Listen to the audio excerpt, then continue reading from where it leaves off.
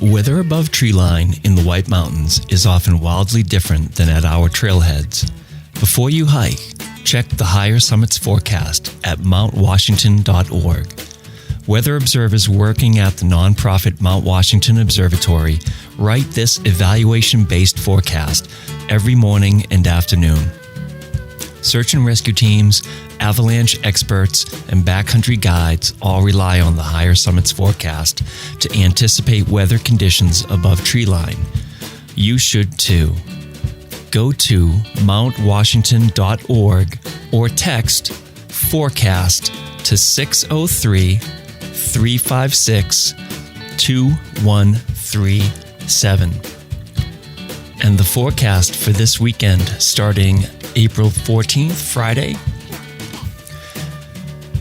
Friday, high pressure over Bermuda will build northward and will mix out any lingering low-level clouds. The front may provide scattered cloud cover as well as a potential for pockets of fog by the afternoon. The front will likely clear the area later Friday night with little in the way of fanfare. Saturday will feature cooler and cloudier conditions with the passage of the backdoor cold front. While cooler, Saturday's high temperature will still be well above average and will result in continued snowmelt. Friday, in and out of the clouds under partly sunny skies with a high in the upper 40s. Winds blowing northwest, shifting west at 40 to 55 miles an hour, decreasing early to 15 to 30 miles an hour. Friday night, in and out of the clouds under mostly cloudy skies with a low in the 40s, winds at 15 to 30 miles an hour coming from the west, decreasing to 5 to 20 miles per hour, possibly becoming light and variable at times. And for Saturday, in and out of the clouds under mostly cloudy skies, trending towards in the clouds, steady in the lower 40s, west winds between 5 to 20 miles an hour, increasing to 15 to 30 miles an hour midday, and then decreasing to 5 to 20, possibly becoming light and variable at times late.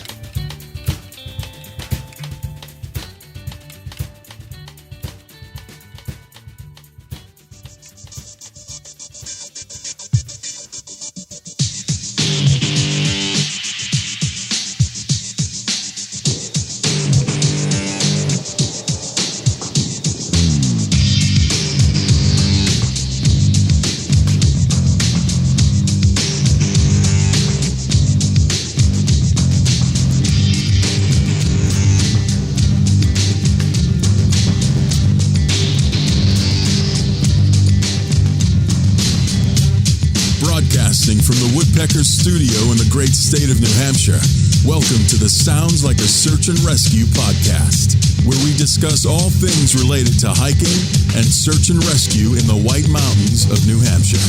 Here are your hosts, Mike and Stump.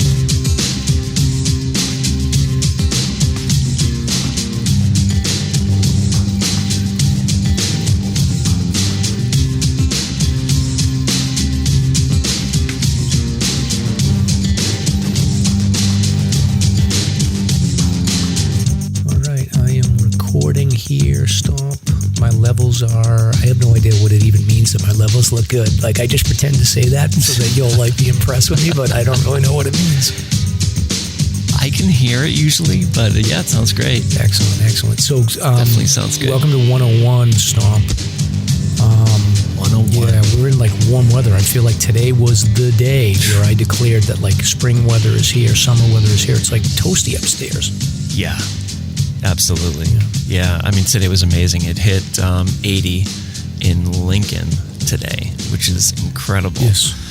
And what's funny though, it's I'm down here in the studio and I'm freezing to death. I've got my little blanket and the door's closed. You know, the basement's open. Yeah, I'm in mine right now, and it's so cool. I was upstairs sitting on the deck, just enjoying the warm weather. But then I came down here. I was like, oh, it's nice and cool. So. Yeah. Oh, I'm ready for it, but I was a little hesitant to get out there and run today just because of the heat, so I'm going to hit it tomorrow. Yeah. Now, you have, do you actually, I feel like you give off a vibe, do you sleep naked in the summer, when it's super hot, or do you not do that? Or are we allowed to? Is that weird? That was a weird question, but sorry. No. Now that the warmer weather's here, it's like I'll usually actually sleep in crazy cotton sweatpants and things like that. I love being bundled up and just warm, even in the hotter weather. My wife thinks I'm nuts, but I like the opposite. It's sort of strange. Interesting, yeah. How about you? I don't know.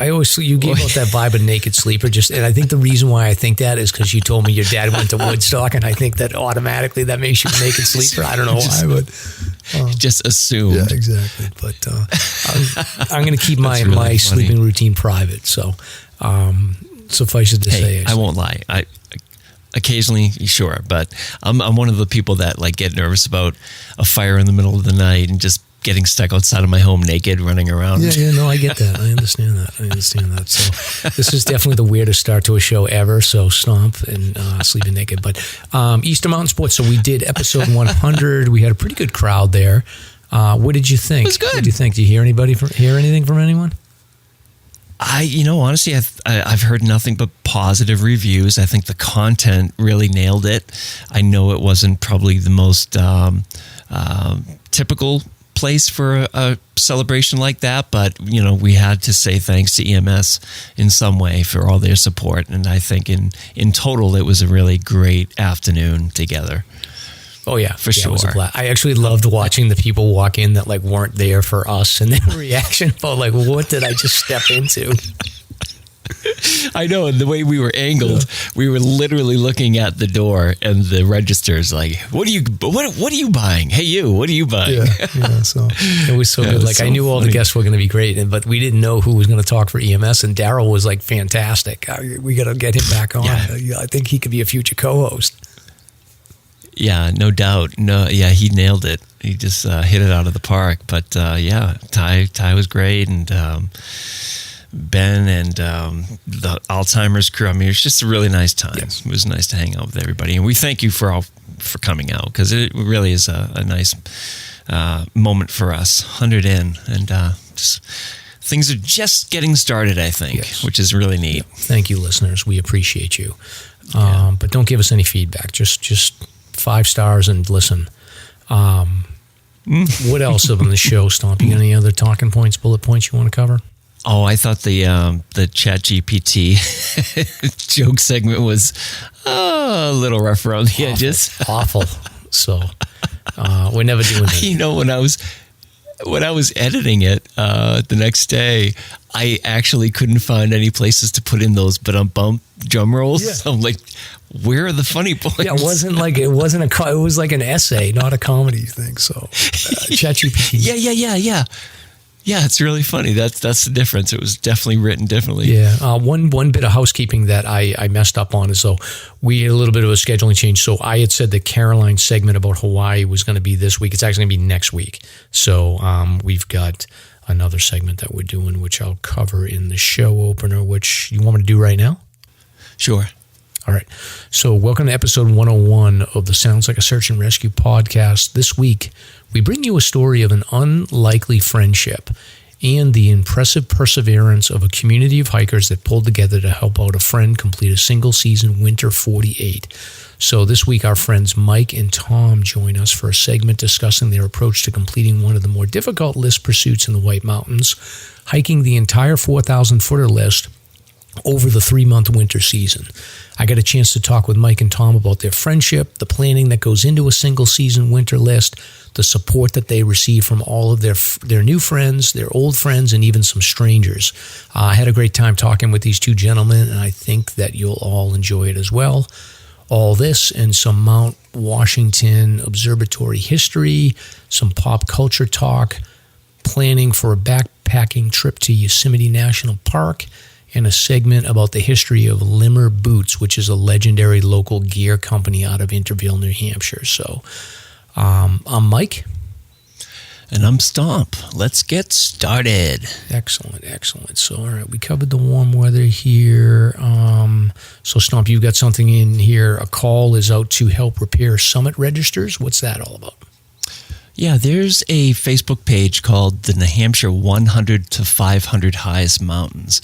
And Brian Bond, who I know as a finisher of the 500, has put out a call to the bushwhacking community to actually help fix or replace all of the registers that may be defunct on some of these more obscure bushwhacks and hikes. So essentially he's asking, carry a spare jar, a plastic bag, register pencil, and string with you. Leave the existing register in the new jar for others to enjoy. If there's no register and you're sure you're on the recognized high point, replace it.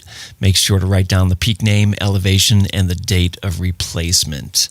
And there's more information on this post, which is pretty interesting. But it covers basically everything from the 3,000 footers to the 200, 300, and 2,000 footers and the 500 highest list. So I've experienced that, actually. I've seen some pretty defunct registers up there. And what we mean by registers, they're just those PVC or glass jars that people leave with the notebooks on the inside so that you can jot down when you got to the summit who you were with and things like that. So. All right. So if I'm understanding this, then they're saying it's not just like the paper book that you signed to say you've been there, but you're actually talking about the PVC tubes that housing. you attach to the trees. So how are you supposed to know Correct. whether or not you should replace it or not? Or are you just supposed to leave them both up there? Generally, when the notebook on the inside is damp and wet, or the pencils are wet, it's time to change it. Or if there's material damage to the actual housing or the cracks in the plastic, that type of thing. In my opinion, I think the glass jars are probably the worst. The PVCs are great, but again, they wear out over time. Mm-hmm. Sometimes the trees that they're on fall and as a result do some damage to the registers. So I guess it's somewhat subjective, but there's a few things you can look for, namely a damp notebook on the inside. Okay. And I can't remember, and I haven't been to too many, honestly. I've been to a few, but how do they mount them to the trees? Is it is it a zip tie, or do they use those? I feel like some of them use those metal screwdriver bracket things, but I can't remember. It's a variety of methods. Okay. I mean, for the PVC, I've seen them bolted in, tie wrapped on. There's a multitude of methods. It depends who puts them up there. I don't think there's any particular standard. Okay. Interesting. Yeah. So, all right. Well, I got to get out there and do some bushwhacking and actually see some of these registers. Maybe the captain is in my plans for next year or something. Later this year. That'd be awesome. Yeah. I'm always down for the captain. Yeah, I know you are. So we'll see. And then next up, Wild New Hampshire Day coming on April 15th. What is this all about, Stomp? Pretty neat. Every year, Fish and Game has this day, and basically it's called Wild New Hampshire, and it celebrates just the outdoors, and they pack the day with family fun, and you can see live animals, big fish, falcons, retrieving dogs in action. 60 outdoor and conservation organizers or organizations from around the state will be there to share their exhibits. It's a great time for the kids. A lot of the Fish and Game officers are there. So it's great, especially if you have little ones. And this will be held at Fish and Game Department, 11 Hazen Drive in Concord, and it's free. And that's tomorrow, Saturday, April 15th, from 10 to 3. Sounds like fun. Take the little ones out and enjoy the nice weather this weekend. Yeah, absolutely. Awesome. Let's dive into some White Mountains history, shall we?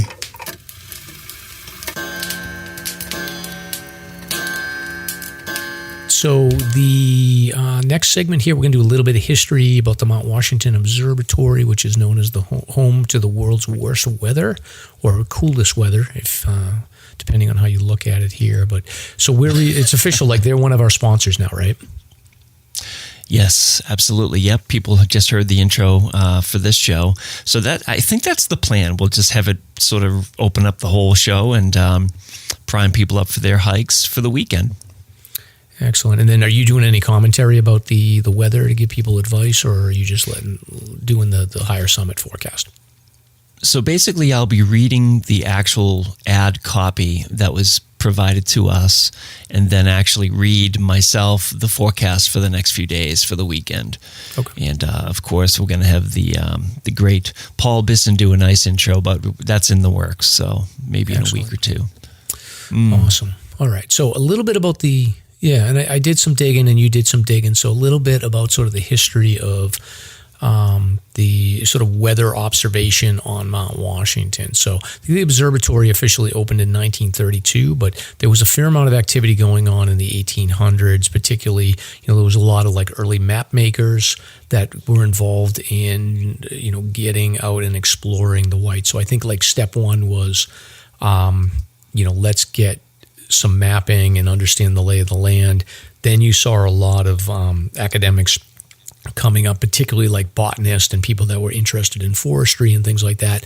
And then at the same time, you also had a number of scientists that were particularly interested in weather conditions on and around the mountains. So by 1870, there was a group of scientists that had basically put together an expedition to observe Mount Washington's winter weather with the idea that they could hopefully improve forecasting knowledge. So everybody sort of looked at this side-eyed and said, like, yeah, they're not going to really survive up there. But this team of scientists were able to get up there, and they gathered a lot of data over the season.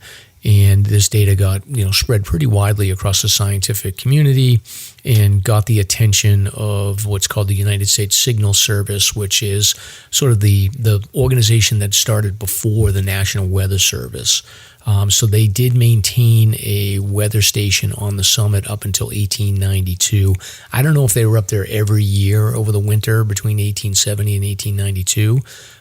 But this mountaintop station was one of the first of its kind in the world, and it was used by the model was used by a number of different other weather researchers. So around 1892, it became dormant, but by about 40 years later, there was a group of civilians that founded what's now known as the Mount Washington Observatory to continue the Signal Service's work. So they didn't have a lot of funding, but they did land a research grant.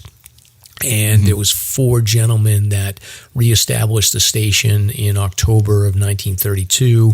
It was a pretty rugged sort of environment there. Nobody really had any time off. They didn't get paid anything, but they were able to establish a system where they could crack weather. And they got kind of lucky because within 2 years or a year and a half or so, they actually were on the summit when the observatory recorded the world's fastest surface wind speed ever observed by man, which is 231 miles an hour, which I think got broken somewhere. 1934. Yeah, it was in 1934, but I think it was broken. Yeah, I think the record was broken like a few years ago or something like that. But I had no idea. But basically, this gave them enough recognition where sort of the value of a permanent mountaintop station was recognized, and the Mount Washington Observatory was established as a nonprofit organization. And then they were basically 80 years later or so, they've been, it's been established that they're, a well-established sort of weather research organization that is relied on by a lot of hikers. They do a lot of insight in different weather patterns, and Mount Washington in particular has a very interesting position geographically on how the weather flows through the atmosphere. So it's a pretty fascinating place there, and if you haven't gone up there, I highly recommend it. You can take the auto road up, you can take the cog up, or you can hike, and we've talked about it numerous times on how you can get up there. Yeah, it's a great place. Yeah. So I was just talking to a few people today. I'd actually love to get a few people to go up and see the rally race with the cars, and I don't know when that is. I don't think the time has been announced yet, but that's a great time. I think you can either hike or take vehicles up beforehand and then hike down to watch these vehicles race up there. But that might be fun. Yeah, I would definitely like to do that. And I think one other thing I call out about the observatory stomp that like recently happened was that they did observe a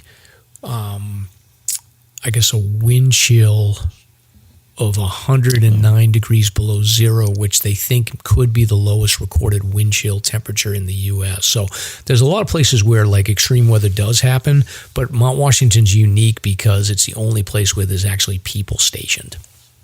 Mm-hmm. Was that during that Arctic snap?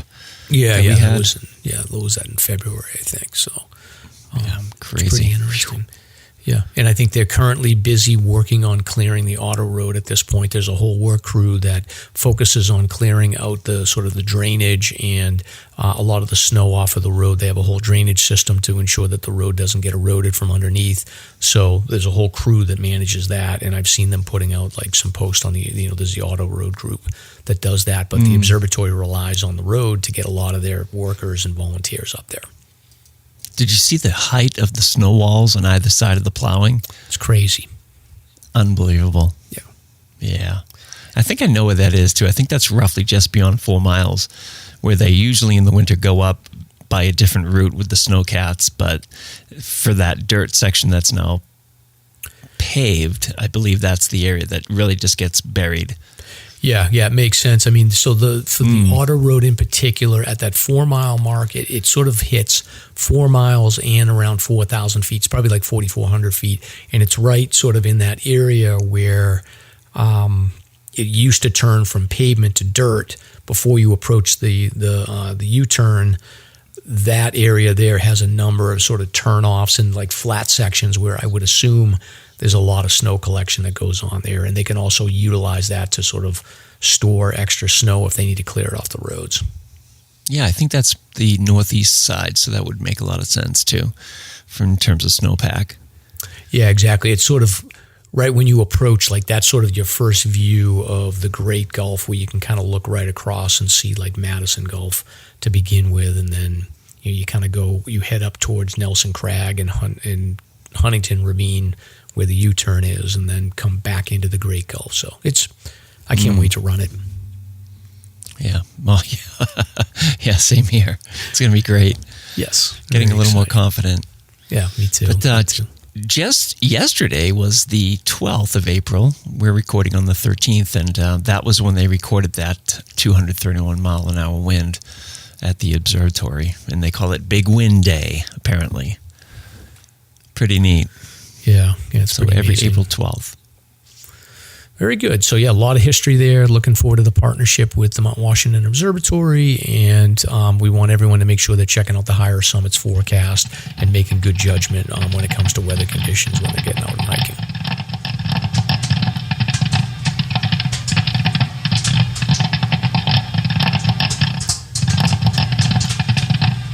Hey, what's that sound? It must be time for the pop culture segment with Mike and Stomp.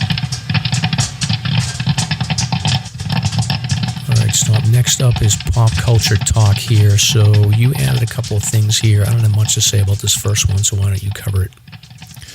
Wow. I've been waiting for a show like this for a long time. It's, believe it or not, it's a dark comedy. It's with Steven Yeun, who is well known for Walking Dead and other things. But it's called Beef, and it's basically, without giving any hints, it's a road rage that just escalates, and it's phenomenal. And it just came out a few days ago, but it's going viral really quick, and I'm not the only one to say it. Everybody I've talked to, it's just like, you have to see this.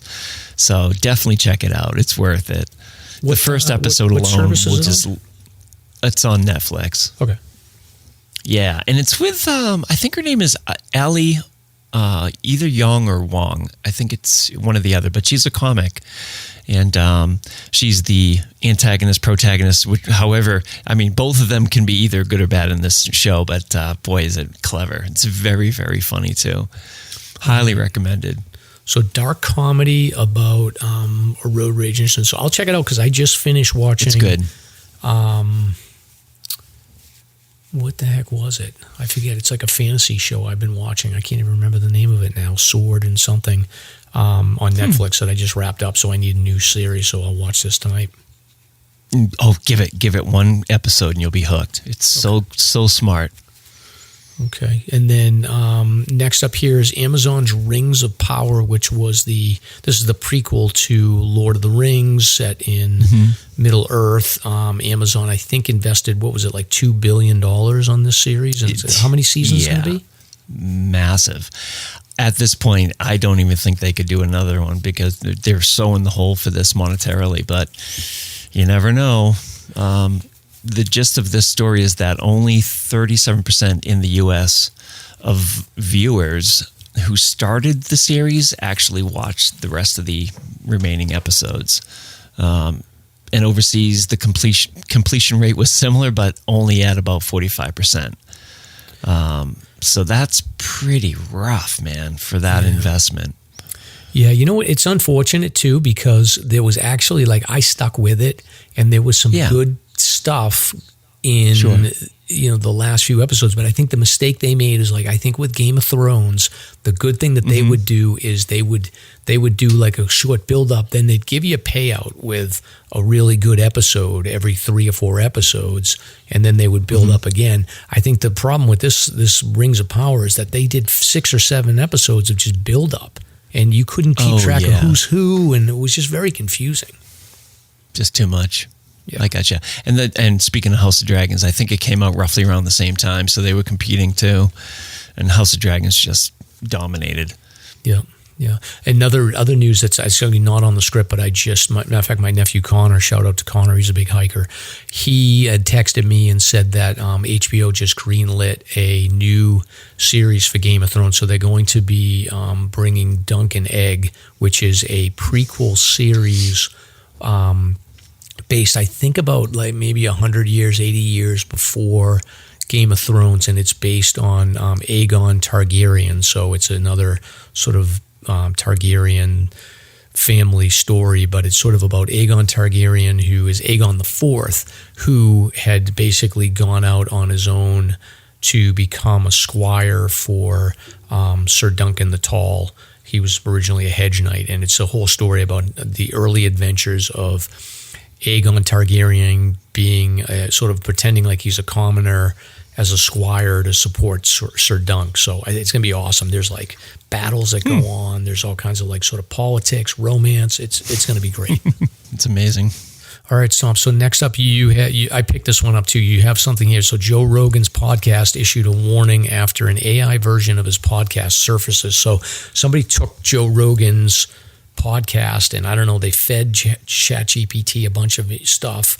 They created a fake guest, and then they had the host, which was using Joe Rogan's voice, and the guest using some other guest. They had this 1-hour episode where they basically mimicked a Joe Rogan podcast and talked a lot about ChatGPT and the future of AI, and it certainly sounded like him, and the guest sounded pretty good. You could sort of tell it was like AI, but it makes me think, like, me and you, we may not actually have to record the show. We can just load our old shows and it'll come up with ideas for us.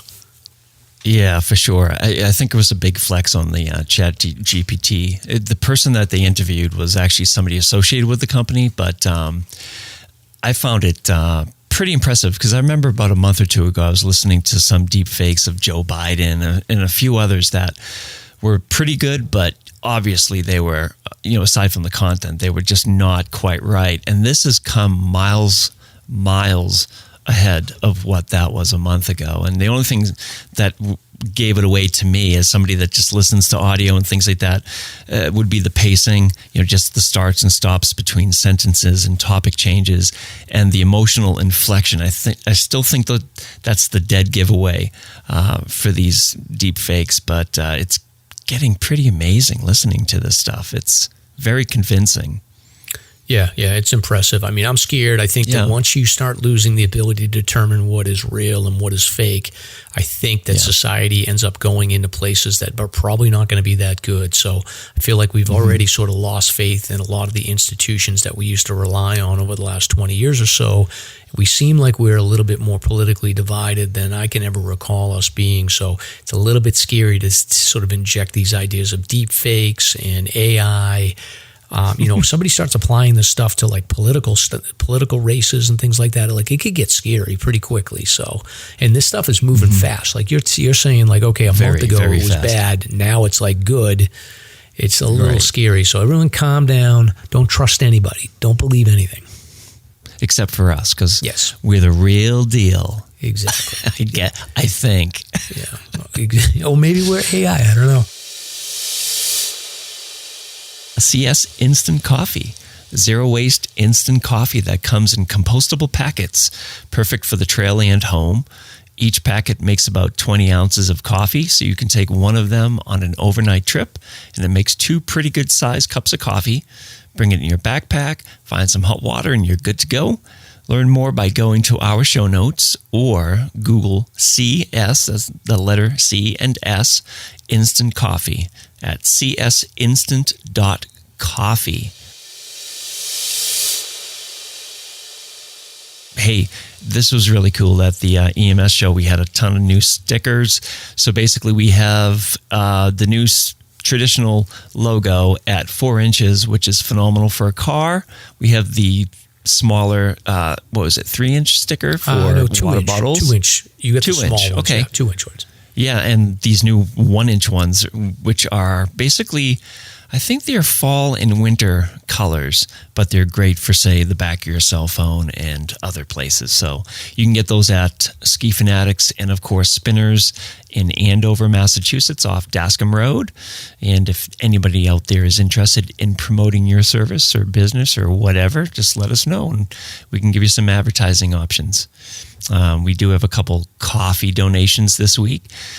AR donated 10 coffees and told us that we're still killing it at 100, Mike. So that's awfully nice. Thank you very much. Yes. Brian S. donated 5. And then Jeff, Full Strength Coffee, donated 5 as well. And he also gave us congrats on the 100. So thank you very, very, very much, everybody.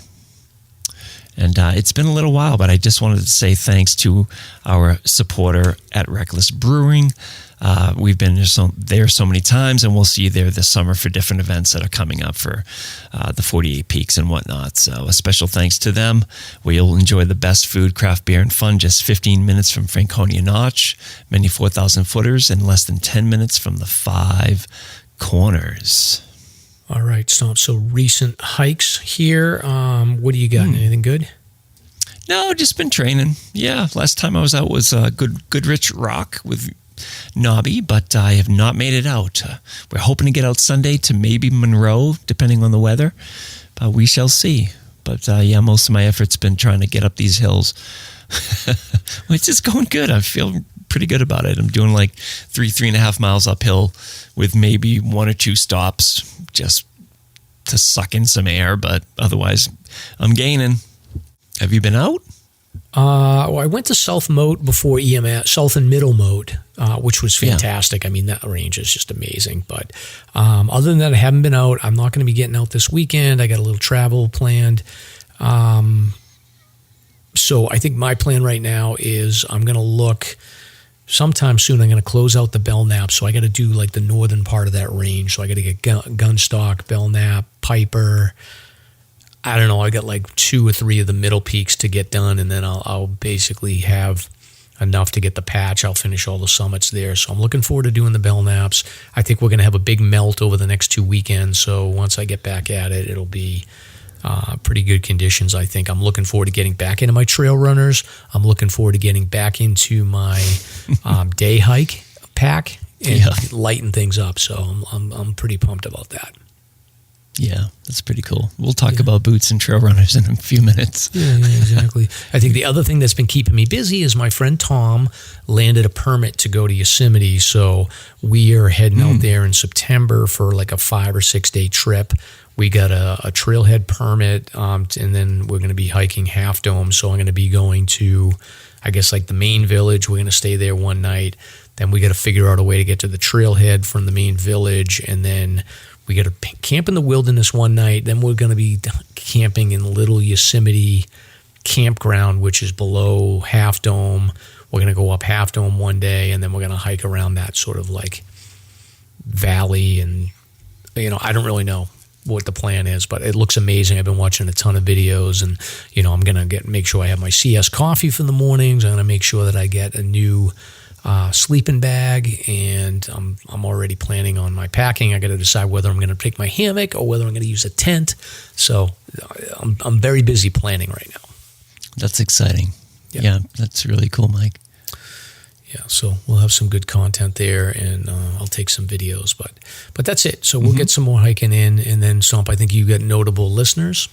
Hikes? Yeah, we have 4 this week. So if you want to tag SLASR on your next adventure to be considered for the SLASR Hike of the Week, do so, and we'll try to get you a little plug here. So we have Brady Girl 1, who did some hard pack trails on the Kinsmans. Yes. Oh my goodness. This is a side note here, I bumped into Eric Todd Sweet at a local convenience store, and he said that the trails are a nightmare right now, especially with the heat. So be careful out there, people. Next, we have real #JB, who did an Easter sunrise on Mount Carrigain. Beautiful pictures. Nice job. Brady Girl 1 again did the old classic Franconia Ridge Loop. And then our bud, Jeff, Full Strength Coffee, did Morgan and Percival. So nice job, everybody. We got to get Brady Girl 1. Brady Girl 1?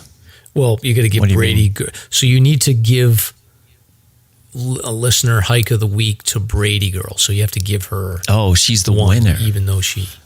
Yeah. You know what I'm saying? I got a little I gotcha. Yeah, I was a little confused as that is her handle. I was like, is this an incomplete sentence? Oh, the 1 is after her handle. Yeah. Yes, exactly. Brady Girl 1. So you have to give it to Brady Girl 1.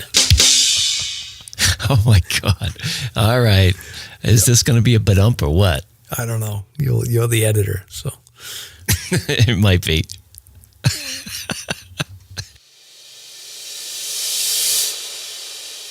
Sweet Beginnings Daycare is a New Hampshire state licensed child care provider that offers care for children from 6 weeks to 12 years with flexibility in before and after school care as well. Sweet Beginnings aims to instill a love for learning by providing a safe and positive experience within a loving and warm environment.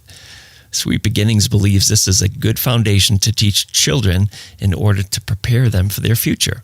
For more information, contact Sweet Beginnings at 603-568-4530. Visit them at Sweet Beginnings Daycare on Facebook, or email Shandy at shandyelliott@outlook.com. And also, we have a plug for Alzheimer's Association.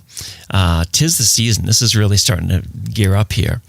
Hike to Fight Alzheimer's with 48 Peaks, a fundraising and awareness event for the Alzheimer's Association.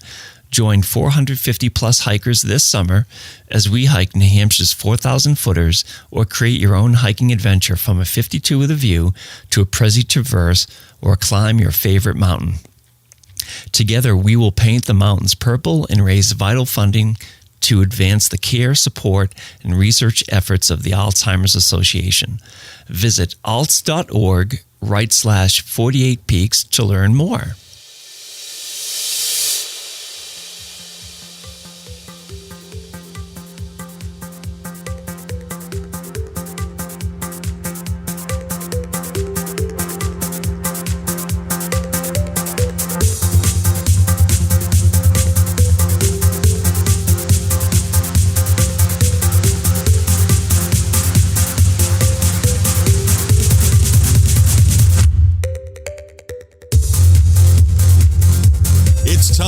SLASR's Guest of the Week. Very cool. Very cool. Very, very, very, very, very, very, very cool. So, Mike, I'm really looking forward to hearing this interview with Mike and Tom on this single winter 48. Should be really interesting. Yeah. I got a chance to sit down with Tom and Mike Masel to talk about the adventures that they had over this winter. And I think that if anybody's planning, there's a lot of people that actually do this. So I think there's some tips in there around logistics and how Mike went about sort of planning this for Tom. It's pretty interesting. We'll let the segment run and then drop back in. And, I got a little bit more to add, I think. But it was awesome to talk to them.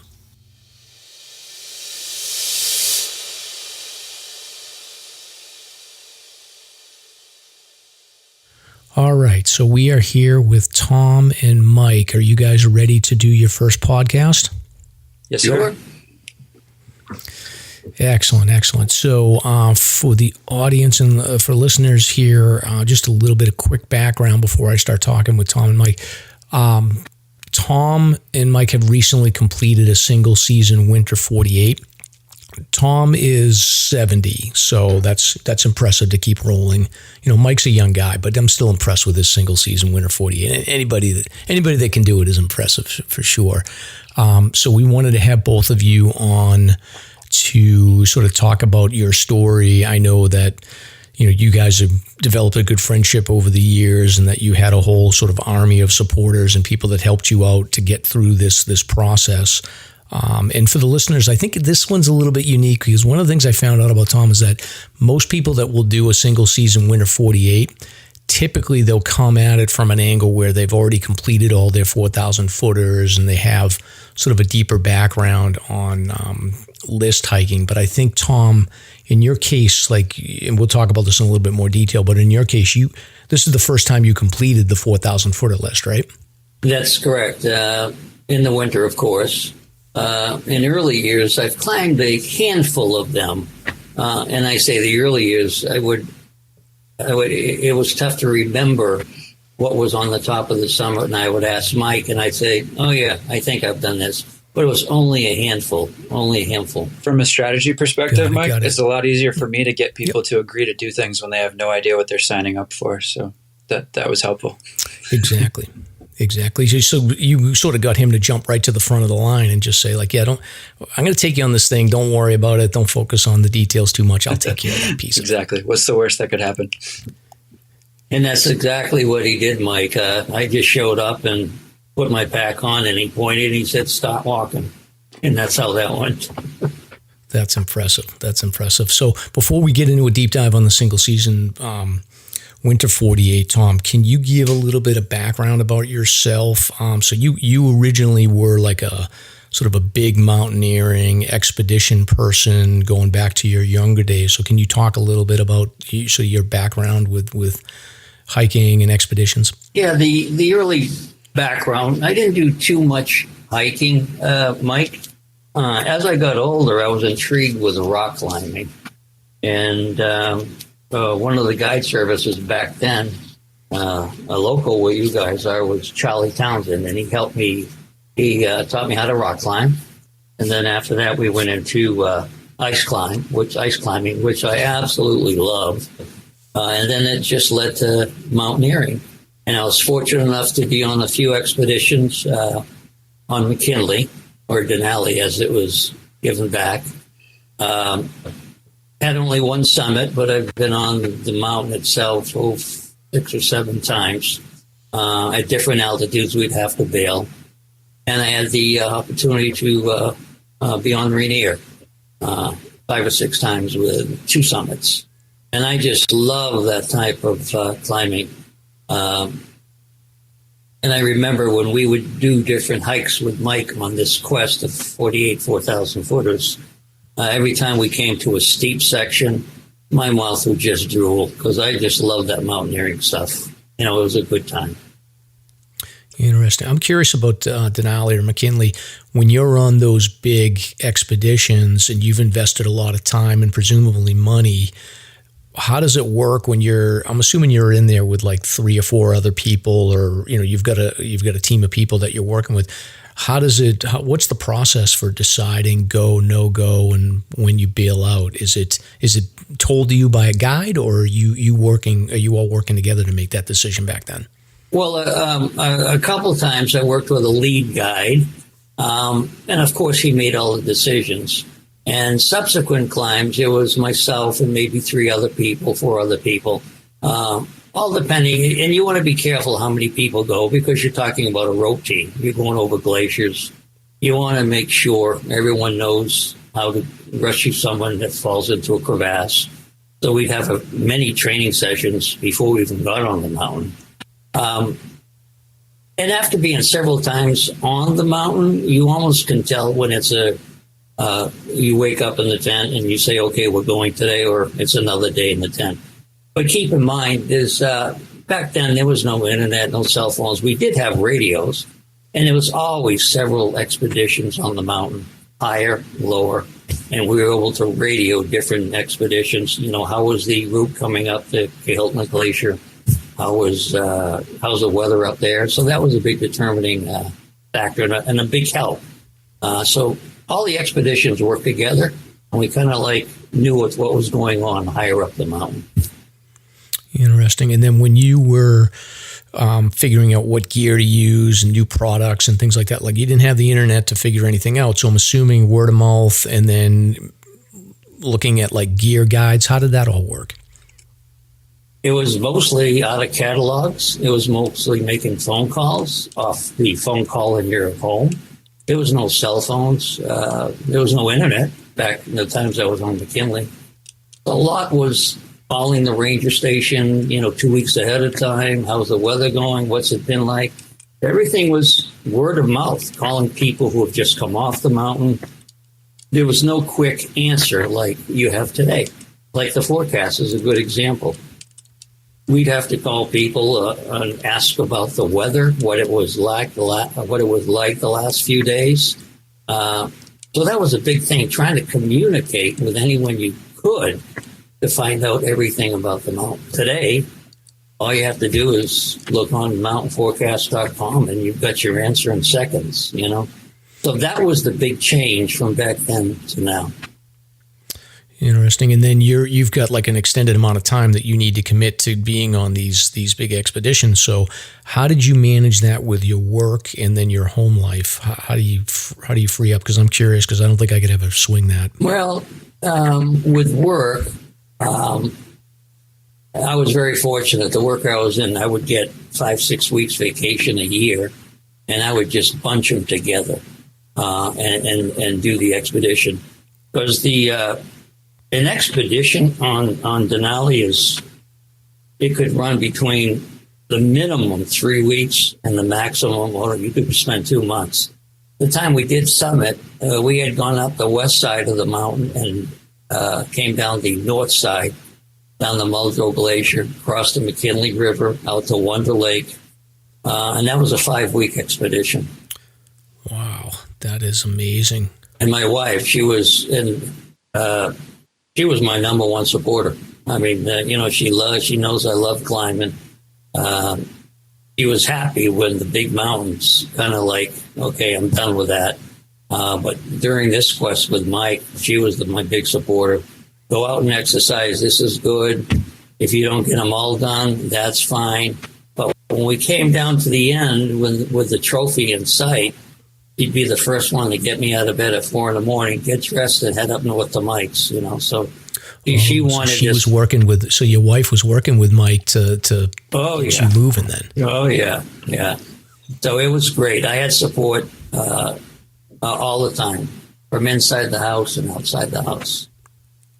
Got it. And then you, as far as you coming back here and settling down on the big stuff, you would do smaller hikes around New Hampshire, but you weren't an avid hiker. It sounds like. No, I would do smaller hikes, and I live about 2 hours from you guys up north, so I had very little time off in my career. I was gone 3 weeks out of the month.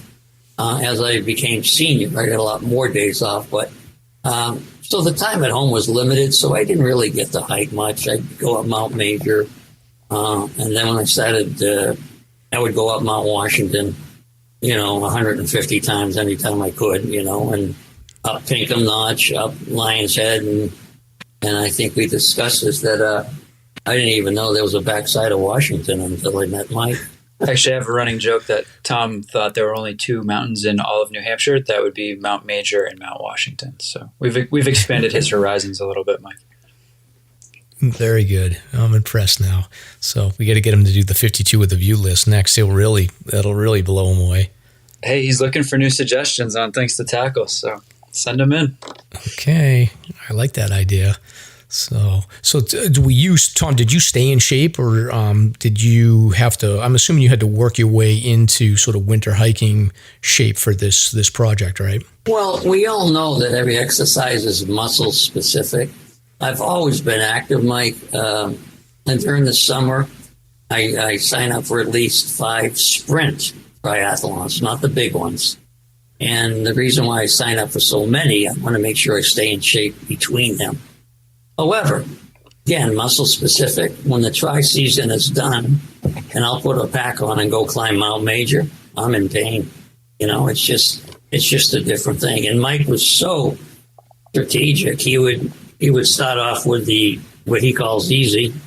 And as I got my legs into shape, it worked out pretty well at the end.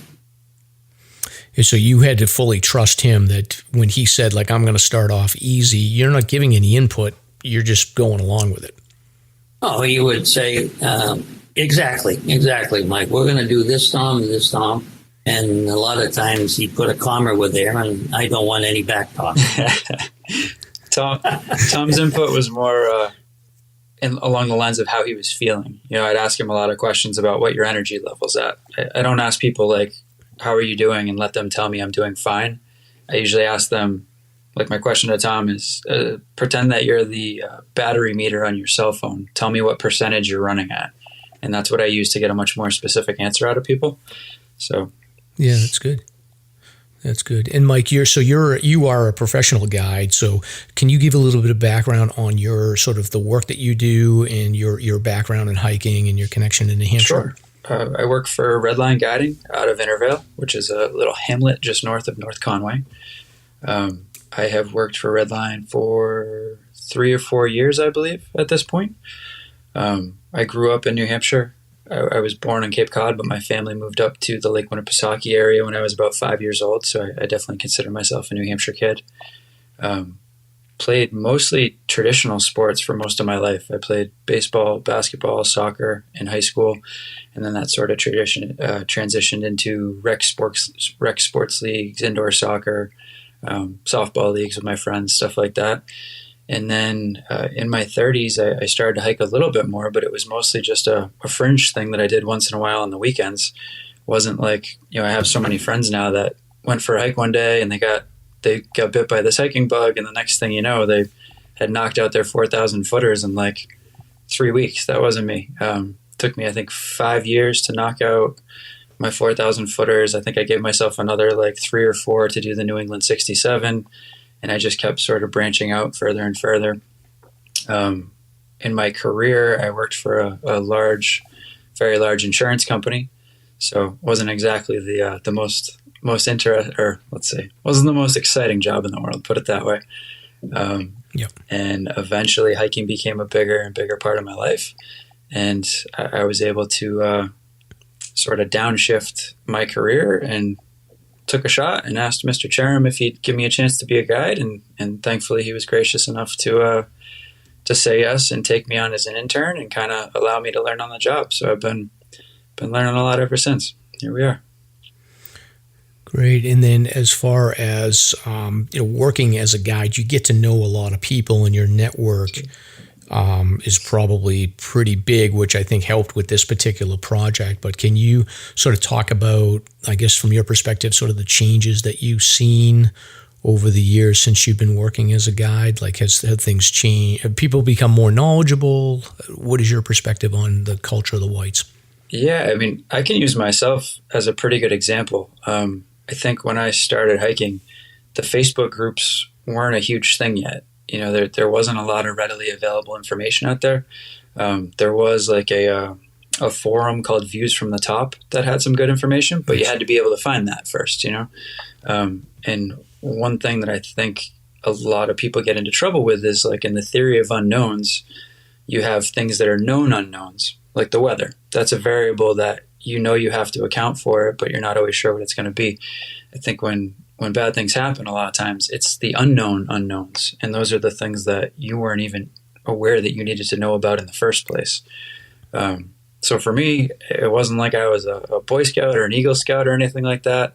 I did a lot of stuff wrong at first, and that's how I learned. And I was just fortunate that through that process, I was able to survive those mistakes and fix it the next time. And not everybody's that lucky, but there's a lot of great resources now. The Facebook groups are huge. There's the hiking buddies. There's just so much information out there to help. And, even with that, we still need to do a better job of making sure that everybody's aware of the things that they need to be to stay safe out there. Yeah. I talk about this a lot on the show too, around like developing that voice inside your head that tells you it's time to turn around, and you're not in a dangerous zone right now, but you could be, so turn around. But the hard part about developing that instinct is that until you're exposed to a couple of challenging situations, like, you don't always get that knowledge developed clearly. And I think people just sort of walk past that line sometimes and get themselves in trouble. Yep. Well, they say good judgment comes from experience, and experience comes from bad judgment. So that's right. So that's a tough muscle to flex. Tough muscle to build. And one of the things that I like to talk to people about is really decision points. When you leave your house in the morning, that's a decision point. Hopefully you checked the weather the last time. When you get out of your car at the trailhead, whether or not you decide to step on that trail is a decision point. When you break out a tree line, that's a decision point. That risk assessment, that should be an ongoing process. That's not just, hey, we decided we're going to go for a hike and that's it, we keep going. It's every time you get to one of those spots, am I going to cross this river? Is this safe to do this? Like, you really should be having that conversation with yourself in your head.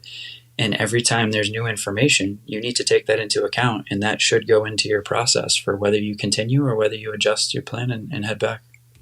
Interesting. And do you cover that pretty actively with your clients when you're guiding? Yeah, I try to. A lot of people come to us for different reasons. We wear a lot of hats. Mm-hmm. For some people, you're like their strength coach and you're getting them all amped up to do the big thing and just trying to get them out of their own head. For other people, you're just a companion. They know what they're doing. They don't want to do it alone. You're a teacher sometimes. There's just so many hats. But on a typical like day hike, when it's not crazy conditions and you can hear each other talking and stuff, everything that we do, we're trying to give people a full experience. So we're teaching them a little bit of Leave No Trace. We're teaching them about the weather. We're giving them some history. Try to definitely hit as many areas as we can, so that when that person, even if they don't come out with red line again, we've given them a lot of tools that they can use moving forward in their own adventures to stay safe and have a good time. Awesome, yeah. And I always think about, like, a matter of fact, I've never hiked up Lion's Head in the winter, and every once in a while I sort of think like it would be interesting to just go with a guide and sort of talk about that experience. So you may get a phone call from me next year. Tom and I will take you up. We can do a follow-up interview on the side. Yeah, we'll do that. Because I know Tom didn't know that this existed, but I usually go up in the winter up Ammonoosuc, so I've never played on the Pinkham Notch side of the Mount Washington in the winter. So we'll see. It's amazing. It's an amazing spot. Great. And then as far as how you went about meeting this fellow right here. So for the audience, you can't see visually, but like there's an age difference here. What is it, like 25, 30 years? So it's not obvious that, although I will say the older I've gotten, the more common it is for me to have friends in, older age or even younger friends. So like age really doesn't matter as much, I think, the older you get. But can you, Mike, give a little bit of background about how you and Tom met? Sure.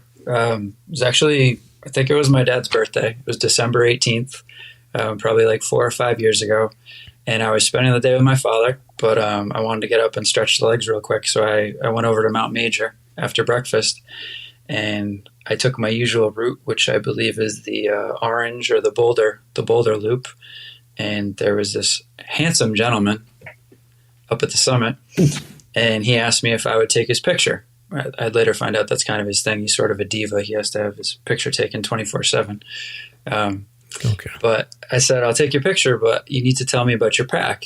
And he had on this pack that was clearly from another era. It was like faded purple, orangish, colors that my generation doesn't really use anymore. And he was like, oh, what's up with my pack? And I said, well, where I come from, like, we don't trust people with new gear. So based on the way that pack looks, like, you're either some sort of homeless guy that lives out here, or you and that bag have seen some shit over the years. And we ended up talking back and forth. He said, oh, Mike, that pack's been up McKinley a couple of times. I was like, really? And then he asked me about the trail that I had come up. And Tom usually came up the other side. he asked if I'd mind if he joined me on the way down. I said, no, absolutely not. So one thing I enjoy about going out alone once in a while is it makes me more open to the universe and the opportunities that are around me. So if I was with a friend that day, or if Tom had Debbie with him or somebody else, not that we wouldn't have had a nice conversation, but that might have been the end of it. The fact that the two of us were by ourselves that day just makes you a little bit more open to the possibilities of, hey, this guy wants to hang out, then we'll have a good conversation. And, as you said, Tom's obviously three decades older than me. So at face value, we you wouldn't think that we would have so many things in common, but the more that we talked, we did have a lot of things in common. We both got married later in life, respective to our peers. We both of us, we don't have children. We both love the mountains. We had both recently retired. Tom in like a traditional way, and me in a little bit more untraditional early retirement kind of sense. So we just had a really great conversation on the way down. We exchanged numbers down in the parking lot, and this guy's been following me around ever since, Mike. I can't get rid of him.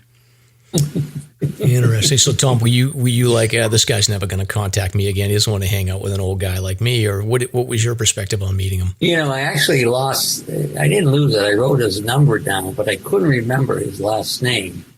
And then I finally put it together, and I called him, and Mike said, geez, I'm so happy you called me. I didn't know if we exchanged the right names and numbers, so we were both thrilled about that. And we started hiking a little bit. And thank you, Mike, for reminding me that I'm 3 decades older than you. That was very nice of you. But I will tell you, climbing with Mike has makes me feel a lot younger.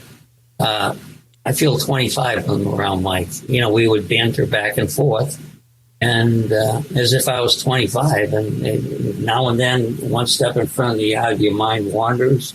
I'm thinking to myself, why is this 41-year-old like hiking with a 70-year-old? But as you say, Mike, MC, as you get older, the age difference really doesn't matter. And Mike and I talk to each other, and you can tell the conversation. There's no gap in the age difference when we talk to each other. And how many years went by before you guys cooked up this single season Winter 48 plan? Well, we've always been in chat. Was it 3 years ago, Mike? We met. I can't remember, 3 or 4 years. Mike and his wife, Katie, had visited us at our home here in Milton, New Hampshire. And we were sitting on the deck. We live on a very tiny lake in a very, very small, modest home. I had told him that I was turning 70 in November. And Mike suggested, why don't we try the 48s over 70? And he showed me with the patch, with the old man in the walker going up the side. I said, Mike, that's a lot. I said, I wouldn't mind trying it. I'll do the best, as many as I can, but I don't know if I'll be able to achieve all of them. And that's how it all happened. So he said, okay, let's try it. So, and your wife was all in on it too? She said, go for it? Oh, she said, go for it. My wife is a nurse practitioner, so her main thing is stay healthy, keep exercising, and she always makes sure I eat right.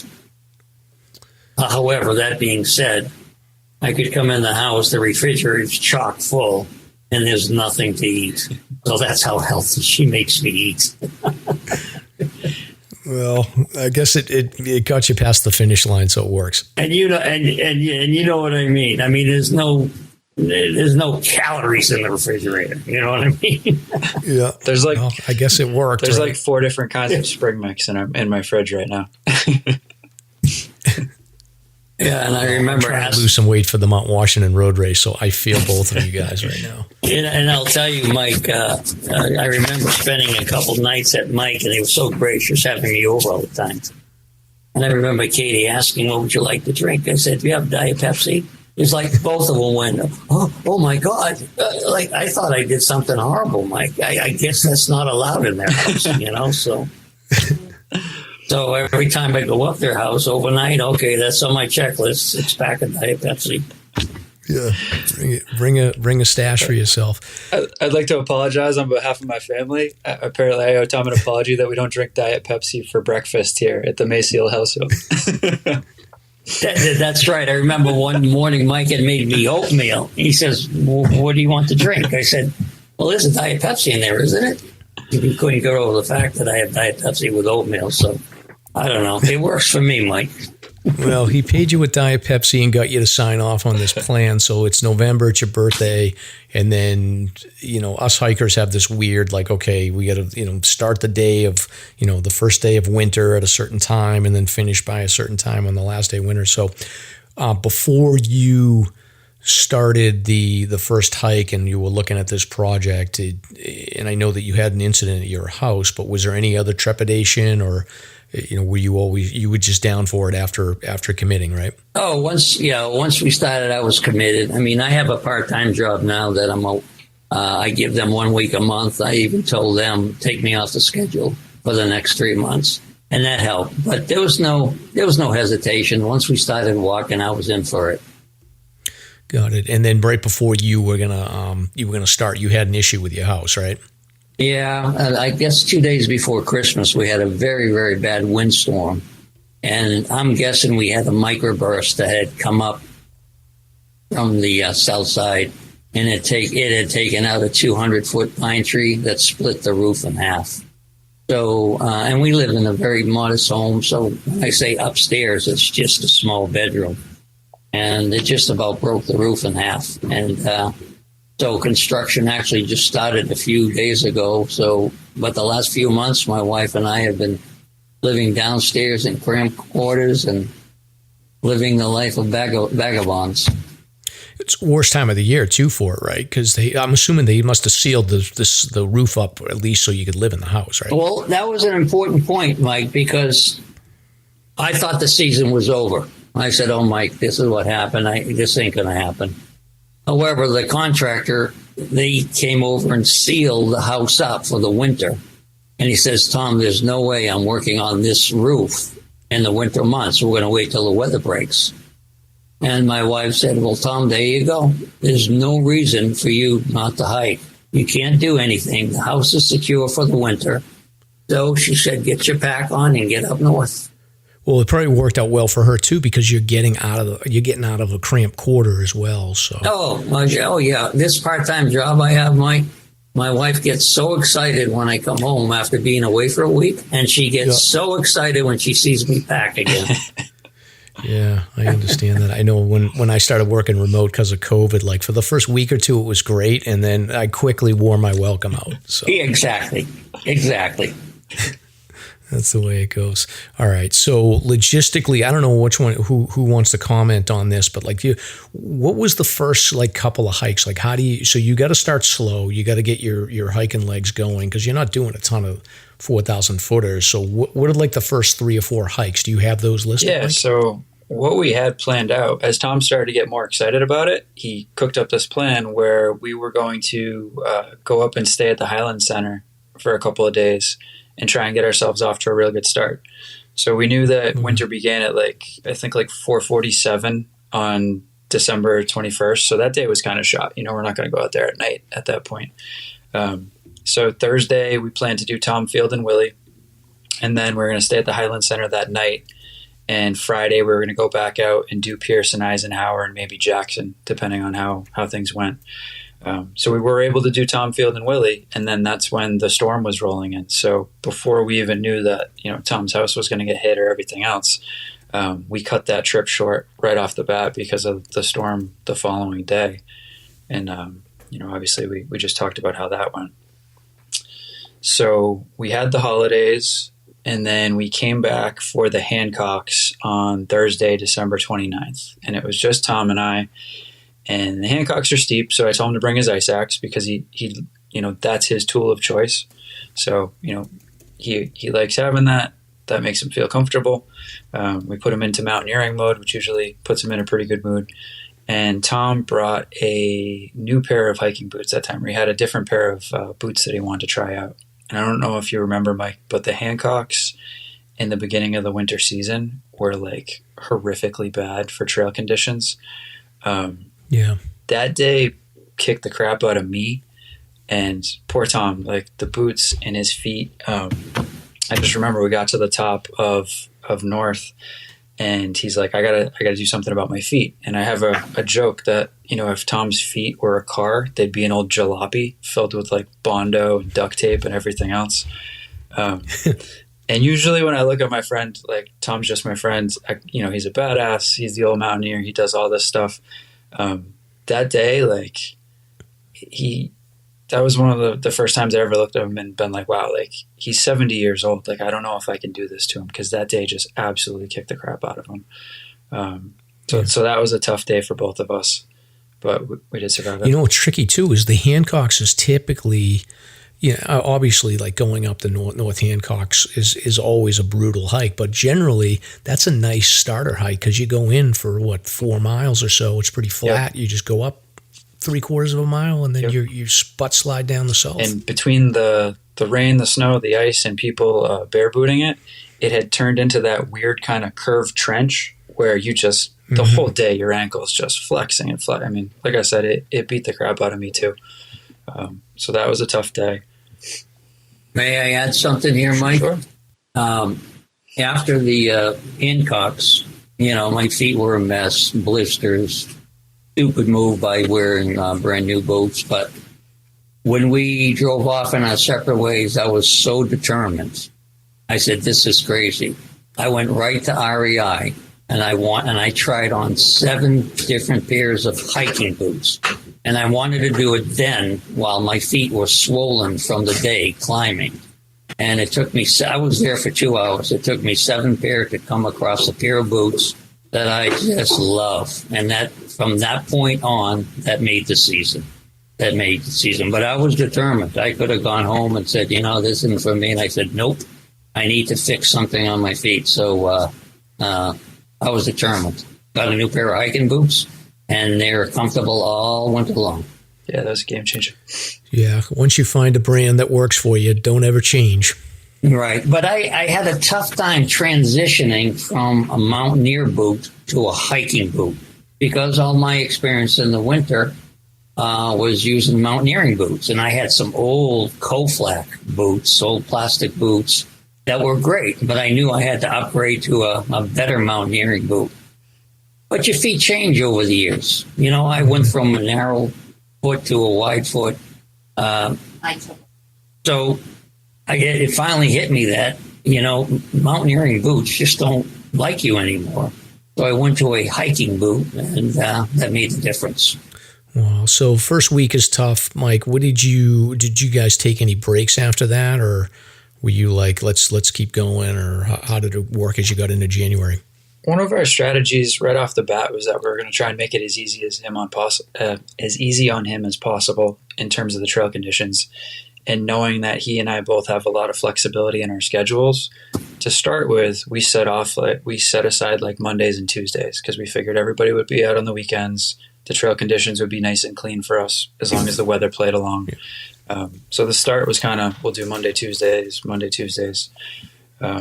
We took the time off for the holidays after the Hancocks. I think we took, Tommy, maybe like almost another week off for like New Year's. We didn't get back out until Wednesday the 4th. And we did Tecumseh, pretty straightforward hike. And then the week after that, we had what ended up being our first back-to-back because of the cancellation earlier on. But we did, on Monday, January 9th, we did Franconia Ridge with our friend Elliot and Neil. And that was an absolutely amazing day. It was a all-day undercast, like just an absolute time. We had a great, great time.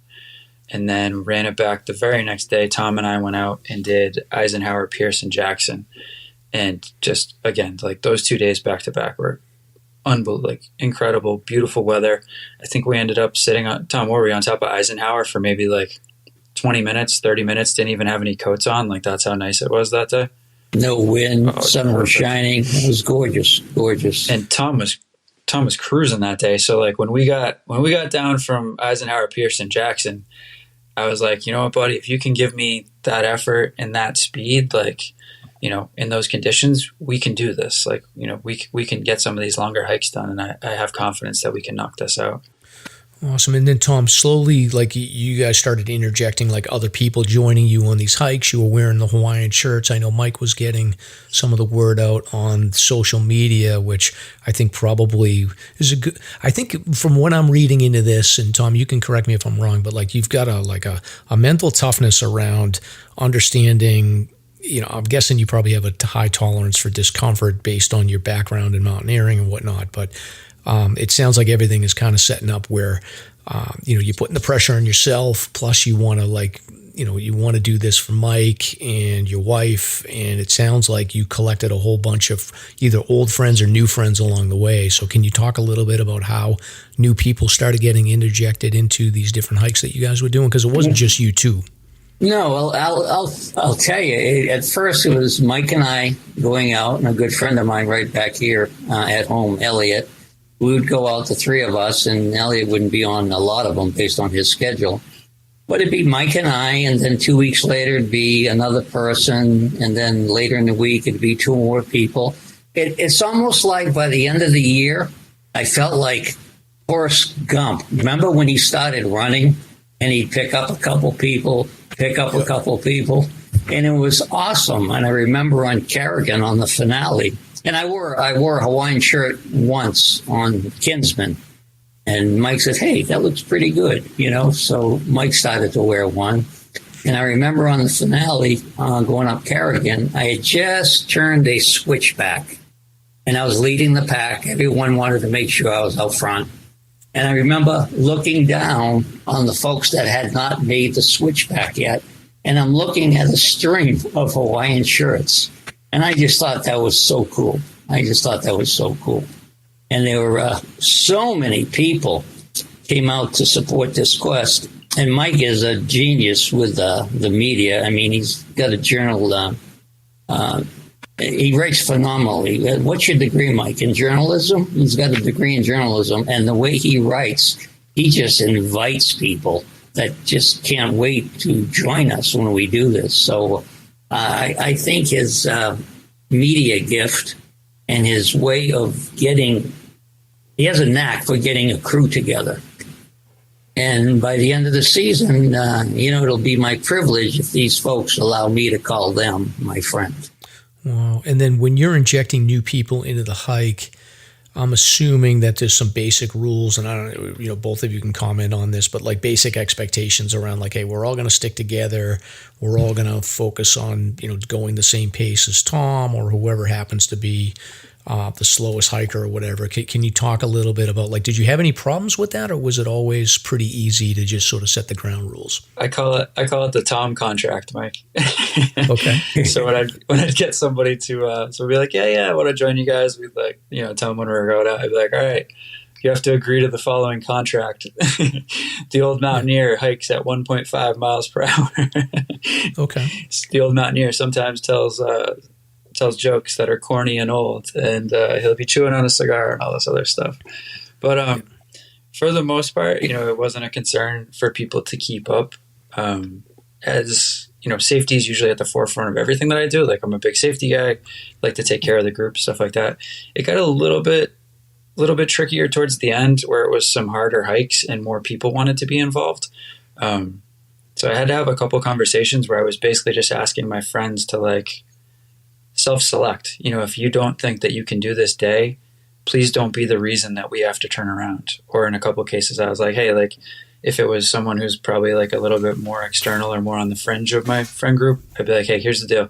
You're more than welcome to come. We're happy to have you there. But just so you know, like, my priority is Tom. I'm going to get him to the summit. That's what I'm going to be focused on. Like, I just can't be like trying to help other people come up. What we had is, as people would agree to come on, I would kind of jokingly send them out a contract called the Tom contract and be like, all right, well, if you're going to join us, you have to agree to the following terms. Tom's 70 years old. You need to understand that. He hikes at 1.5 miles per hour pretty consistently. He's probably going to be a goofball telling corny dad jokes, and that's just part of the allure. He may or may not be chomping on a cigar, but this is what we do here. And so as we as we progressed and more people joined, there were some people reaching out from the internet, from the Facebook groups that just say, hey, like, I'd really like to be a part of this. And if it's not someone that I knew really well, like, there were some conversations that a little bit dicier, or a little bit trickier, where it's like, hey, just so you know, like, you're welcome to join, but my priority is going to be taking Tom to the summit. Like, please, self-select. If you don't think this is a hike that you can handle, I wouldn't want to turn around because of someone else who wanted to be a part of it.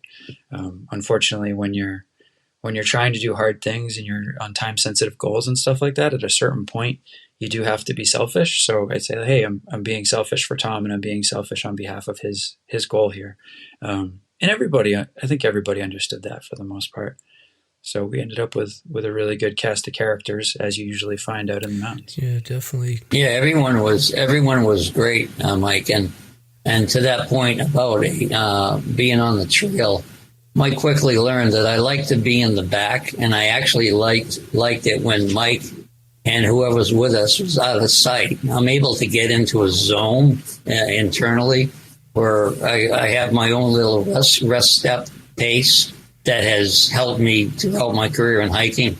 And that helped a lot. A lot of times Mike and the noise would disappear, but Mike always knew where I was. He knew what my pace was, and he knew how I liked to climb. So I don't think it was a problem, was it, Mike, with the other folks most of the time? No, you were incredible. Tom, like, everyone, if you take nothing else away from Tom's story and longevity and everything else, like, I was joking all along that I was paying attention and taking notes. And Tom, nobody's going to sign on to not drink and not eat cheese and not eat burgers and red meat and all that stuff. So maybe hiking into our 70s isn't for all of us, but the one thing that Tom does that everybody should learn is the mountaineering rest step.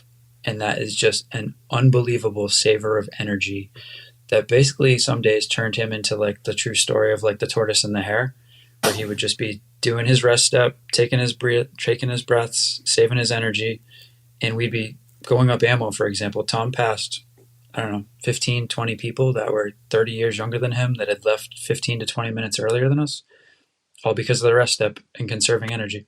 Can you explain exactly what a rest step is? So it's a mountaineering step where you're basically using your your skeletal structure to take the pressure off of your muscles, and you combine it with really focusing on your breathing. So if you ever think about the concept of, like, micro wins, like a top-notch athlete, if Michael Jordan can find some way to save just a little bit of energy that someone else isn't, maybe at the end of the game, that's enough energy for him to have the game-winning shot or something like that. So all this is a micro win, where you take a step, you have your body situated in a way that it's taking some of the strain off of your muscle. It gives you a mini break, and then you focus your breathing at the same time. So it's more methodical than if you see someone who's athletic just running up a mountain. That's going to burn their muscles out eventually. And Tom's just the master at it. He gets in his rhythm and he gets his breathing going, and he can just, like I said, he doesn't go much faster than 1.5 miles, but he can do that consistently no matter how steep it is, no matter where we are, what the weather is. Thank you, Mike. Interesting. And I've talked about this before, but I've done the Mount Washington road race a bunch of times, and I've noticed, like, the people that tend to do sort of these longer loping running strides are not as successful, and they tend to sort of do the walk-run routine, versus the people that are most successful and can keep running they're very slow, but they're almost, it's basically like very short steps with a much higher cadence is what I see. So it sounds like this mountaineering step might be something similar, but at a slower pace, it sounds like. Maybe a good way to explain it so people might be familiar with something else that's similar is the televator on a snowshoe. It's giving you a minor mechanical advantage and taking a lot of the pressure off of your muscles in the process. And I think we all know how that adds up at the end of a day. Oh, so Tom, you got a secret. If I might add just one thing, Mike, on my particular rest step, people who get it right, they have their own little way of doing it that conserves energy in a certain part of the body. For example, when I bring the foot from the back to the front, I actually have no weight on it while it's sitting on the ground in the front, and all my weight's on the back foot. I am resting the front foot for 2 seconds, 3 seconds, and then I bring the other one up and rest that one, the front one. I mean, in my opinion, if you do that over a period of, 8, 9, 10 hours, you've saved a lot of energy. And another thing I do, and Mike will know this, I have adjustable ski poles, and I never have them where you have to bring it up 90 degrees and then put them forward, because I always have them like walking sticks low. Okay. Because I figured from that 45-degree angle to 90, if I can eliminate that movement several thousand times a day, that's energy saved. All right. So you're keeping, even with your hiking poles, you're keeping your arms lower down below your hips. Yeah. Yeah. Interesting. So it's like just these little adjustments over time is what's saving you a lot of energy. And other people who are familiar with the rest step, they may do something different, but it's all rhythm, like Mike said. And I always listen to my heartbeat. When I feel it's going, a little bit faster than normal, then I'll slow the rest step down. It's you're always paying attention to your body while you're doing the rest step, and that's helped me tremendously. Hiking and mountaineering are such a repetitive process where if you can find a way just to do something that tiny bit more efficient, what you get out of it over the course of 30, 40, 50,000 steps is incredible. Yeah, it's really interesting. So I'm going to do a little bit more research on this. But just changing topics for a second, and maybe, Mike, this may be a question for you, is logistically, as you started to progress along the list, and I've been dealing with this winter too, because I've kind of kicked some of the harder hikes, because I'm like at 42 out of 48. I got 2 more hikes left for next winter, but I kicked a lot of the logistically tricky hikes to this winter. I've really started like three years ago, but I had to do the Twins and Galehead. I had to do the Carters. So can you talk a little bit about the logistically tricky ones and how you went about planning for those? Yeah. Once that first month, we ended up doing 7 hikes and 14 peaks, and that really got his legs going again. The second month, which I know you had mentioned, Mike, you noticed at a certain point, it didn't seem like we were going to get it done because of a bunch of different stuff. But the second month, we didn't get a whole lot done. So what happened was, at the end, we had 29 peaks left with a little bit over a month to go. And because of the way we had started, we didn't have any cupcakes left either, right? So you got a couple different things. You have multi peaks that are hard because they're long. So, Tom's not Josh Brooks. Tom just can't go rip a single day Prezi with Josh and Gwen, or do a Pemi and catch up or something like that, right? So we know right off the bat, the best we're probably going to get is 3 days, 3 peaks in a day. Some stuff isn't really logistically hard. It's just hard. The Carters are a pain in the butt no matter what. So for that, it's bring the right team, have the right people in place. We ended up breaking a lot of trail that day, but we were able to put Tom in the back of the group so that by the time he got to where he was going, he had a pretty nice sidewalk to work with that day. The Twins and Galehead were a huge day for us because he felt strong enough at that point to add Galehead on, which gained us back a day, which was a huge, once you start falling behind, anytime you can gain back a day, that's enormous. So when Tom added Galehead onto the Twins, that was huge. Again, we had a small team, but we knew the conditions were right that day. And some days to motivate him, I'd say hey buddy, if you can just give me a really good effort the next 2 days, I can give you 3 days off. Or, if you can give me this, then, it's going to make this so much easier. And having him know that made a big difference. The day that we did Monroe and Washington, same thing. We went into that day thinking if he was having a good day, we had the right team. I mean, we brought the All-Stars out for that one. And on Washington, nobody was having more fun out in the Prezzies than we were that day. Everyone's wearing Hawaiian shirts.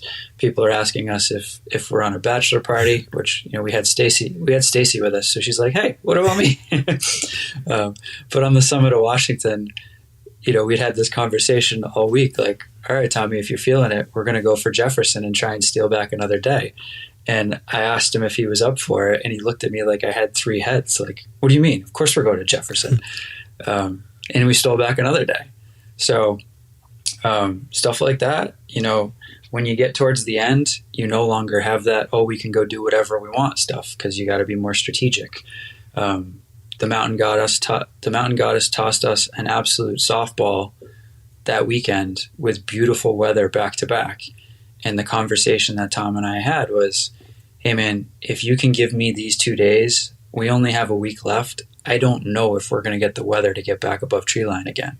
So if we don't take this opportunity right now, then, the weather might be what shuts us out of finishing the project.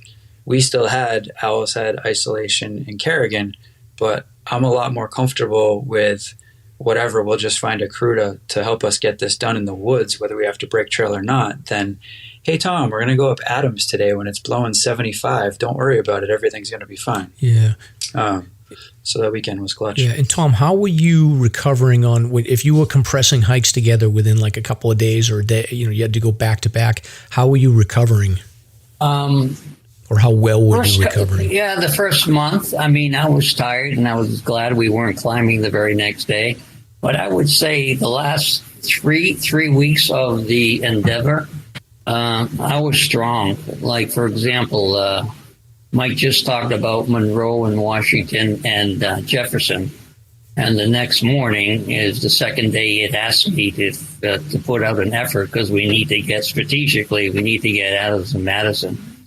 My legs the legs were not an issue. My legs were strong, but I remember that second day I was just plain exhausted from the day earlier.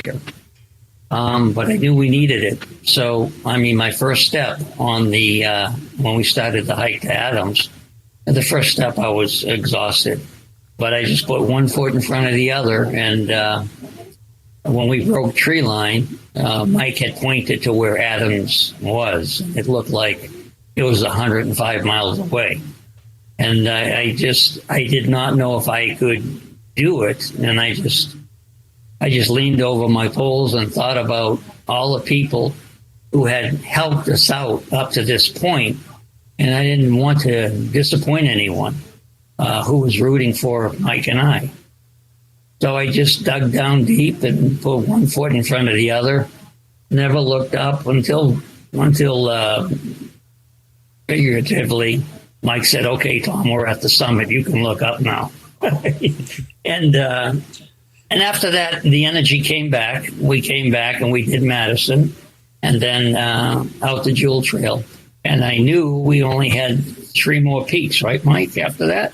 Yeah, that was 45. Yeah. And long single days. And then we had 3 days off with the snowstorm. And then Thursday, this is the good thing for me, that I had never been to most of these peaks before. So I did not know how long Isolation was until I got on the trail. So, okay, I've never seen this peak before. I'll just do my thing. We got out to Isolation and back. And the very next day, we did Owl's Head. And okay, and once again, I've never seen Owl's Head. So I just followed the trail. Had I been out to Isolation before and Owl's Head before, and I knew in my mind what long days they were, I think I would have been more tired than I really was. But I might have got off script a little bit there, Mike. Excuse me. No, that's fine. But the last 2-3 weeks of the endeavor, my legs always felt strong. So I was looking for with the end in sight, and you saw the light at the end of the tunnel. Oh yeah, I was ready. Tom started to stay over a little bit more towards the end, so we wouldn't have to do the drive back and forth. So that saved him some energy. And just 2 things that I wanted to add.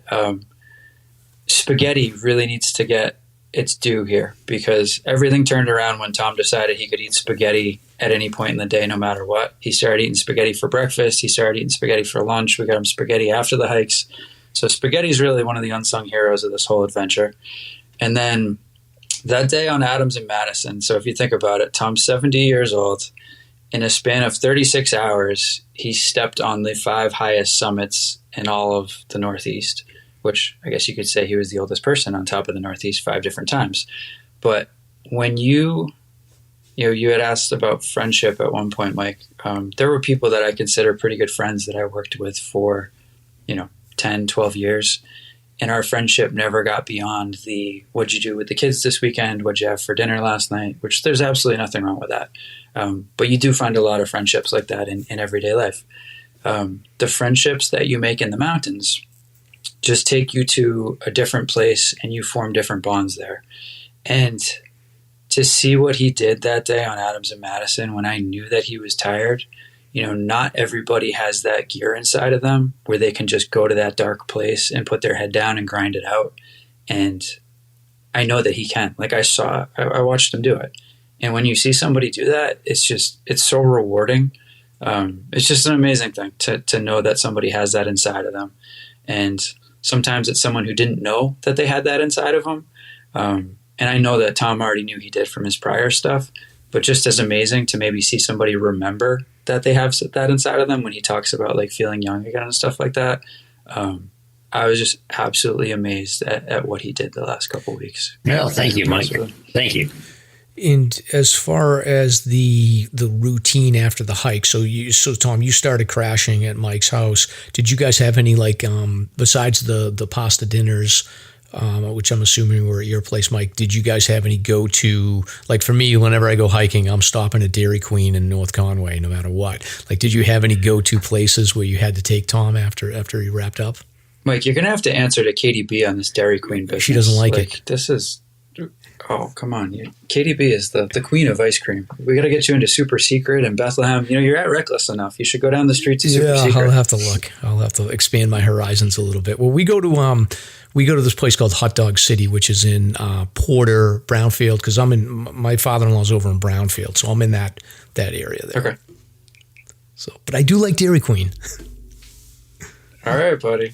Tom started out, we thought we were gonna get him sponsored by Subway because he was a huge fan of Subway on trail.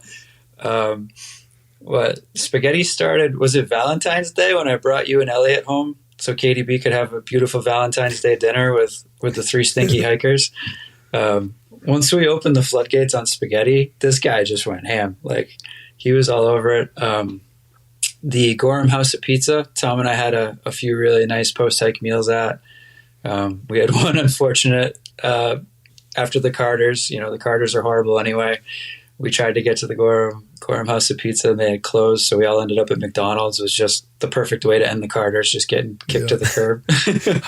So did you combine Carter Dome or did you combine that with the Wildcats? We did the 3 Carters together. Yeah.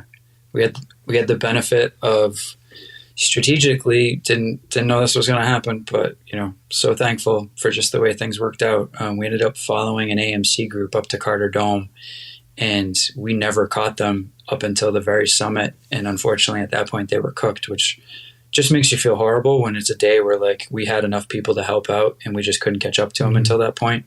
So I think they ended up only doing Carter Dome, and we ended up breaking out the rest of the Carters ourselves. And huge shout out to the boss man, Mike Cherum. Was going to try and come in and meet us. Knew he probably couldn't anyway. But he came in and stomped out the Imp Trail for us, which was just really nice at the end of the day to get to that junction and see that we weren't going to be wading through snow in the dark trying to figure out where the trail was. So that's great. Cool. So, and you got that happened more than once for you guys, where you had people that were gonna step up and say, "I'll get out and break this trail" because there was a storm that came in. Yeah, a lot of the friends jumped in at the end to help with isolation, which was awesome. To see Kim and Scarlett out there wearing her big blue monster feet snowshoes for the whole day. It was a pretty awesome experience. And then specific shout out to Brian Chase and Stephen Shaw, who Steven reached out that week, said, "Hey, here's what I have that I need to work on for my own stuff for like my grid. What can I do to help you guys out?" And we said, "Hey man, if you guys want to go to Owl's Head, like we'd be forever indebted to you." And I think Steven ended up behind Brian, but Brian Chase that kid's built different. He broke out 17 miles of Owl's Head. Never switched up. and you know, Mike, before I forget this point, so many people have helped us throughout this whole endeavor. And my shout out goes to all of them. But the people who I haven't met that went out on Mike's request to break trail on a hill we'd be doing the next day, I want to make sure that a big shout out and thank you for those folks that I haven't even met yet that have helped out tremendously. Yeah, I think my sense from it, and I'm trying to stay off social media as much as I can, but this is a great positive story. And my sense, so Mike, you were updating once a week or something like that. You'd put in an update, and I think that there was a lot of people that were talking about it. And I don't talk to a ton of people, but a couple of people had mentioned it, and we get a lot of messages, and people would share your post, or they would share like, "Hey, you should check this out. They'd be great to get on the show." And I always had it on my radar. I got a little nervous, Mike, when 2 months in, I was like, "Oh boy, this doesn't sound like it's going great." But you guys killed it, and it's very impressive, and it's inspiring, Tom. I'm hoping that I'll be able to keep the hiking up until I get to be your age for sure. Oh, you will. My plan is to repeat this endeavor when I'm 80 years old. But my concern is Mike will be 10 years older, and I just hope he'll be able to keep up with me. Well, I'll tell you, Mike, when you hit 50, things start to change. That's why I'm very... Don't they, Mike? Don't they? Yeah, they sure do. Well, don't worry, guys. I'll just start drinking Diet Pepsi and eating Subway 3 days. And spaghetti. Can I say the spaghetti thing? Yeah. So when I don't do too much backpacking, but when I do backpacking, immediately, I don't care about the weight situation at all, but I immediately get those Chef Boyardee containers, because that is, I remember I did a Pemi loop, and then right before we were going to get to Gio to go over to bed for the night, I set up my 2 cans of Chef Boyardee on top of Salt Twin because I was waiting for my friend to get there, and I felt like a new person. I had such a pep in my step after having those 2 things of Chef Boyardee. So I get it. I'm a big fan of pasta too. You're a classy guy, Mike. Yeah. Dairy Queen and Chef Boyardee, huh? Yes. Pretty bougie. Only the best. Mike MC, the one thing I did have to get used to, although Katie B and Mike would start having spaghetti, it was wheat spaghetti, so I had to get used to that. Now you gotta remember, Diet Pepsi was not allowed on the property. I couldn't have that. I couldn't have that because that's not in their wheelhouse. And so Katie B said, "Yeah, I made spaghetti," and I'm looking at it and it's like, oh my God, it's wheat. Well, hopefully she won't hear me say this, but in my world, in my Mrs. Mike upstairs, she discovered chickpea pasta. Oh, so no. Now that's a whole nother level that I got to deal with. Well, in this house, it's lentil pasta. Okay. So I'm learning, Mike. I'm learning. I'm eating wheat pasta now. I've got lentil pasta now. So I'm healthy as hell. I'll pick you up and take you to Dairy Queen this summer.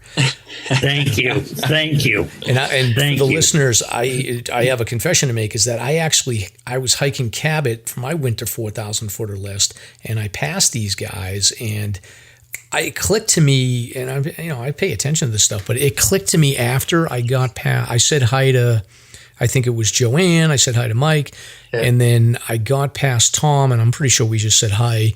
And then it clicked to me that, that's the guy in the Hawaiian shirt. And by the time you guys had gone by, I was like, oh crap, I didn't say it. So Mike had reached out to me and was like, was that you on trail? And so I'm kicking myself for not taking the opportunity to say, talk a little bit more when I saw you guys.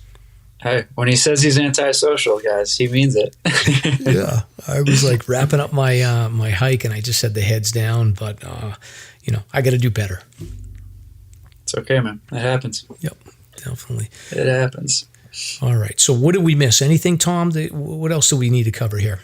No, I think it's been a great conversation.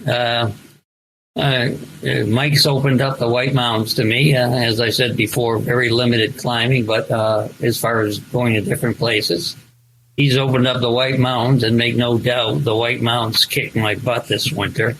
It was a good experience, and I plan on continue. I'm going to do it in the future. Excellent. I just loved it. Shout out to everyone who has helped us. And goals, I don't know. Mike and I are going to sit down and discuss what we're going to do next. Excellent. Are you going to be attending the AMC ceremony? I'm not familiar with that, Mike. Yeah, so you can put in your accomplishment and then get a patch. So the timing was going to be a little tight for us, Tommy. We're going to have to sit down at some point and go through his myriad applications to get all his patches done. But I think the turnaround was going to be tough because of the timing of when it is. Yeah, makes sense. So, yeah, makes sense. Well, Mike knows I'm pretty humble, so I'm not. I'm just happy we did it. I don't need any recognition. What we've gotten so far, it's been humbling at all the attention it's gotten. Very humbling, and I appreciate it. We're going to get you the patch. We'll figure that out. So Mike will figure. Oh, we're going to have patch day here in a little bit. Yeah. But okay. Just a couple of things that I want to add, Mike. There are, obviously I did what I did, and I put Tom's story out there on social media a little bit more.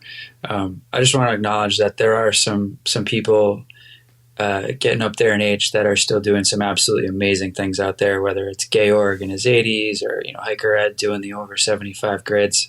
We know Tommy's not the only one, and we know a lot of people don't do a lot of social media stuff, but just a ton of respect to them for just having that stuff out there. There's a reason that there's a 48 over 70.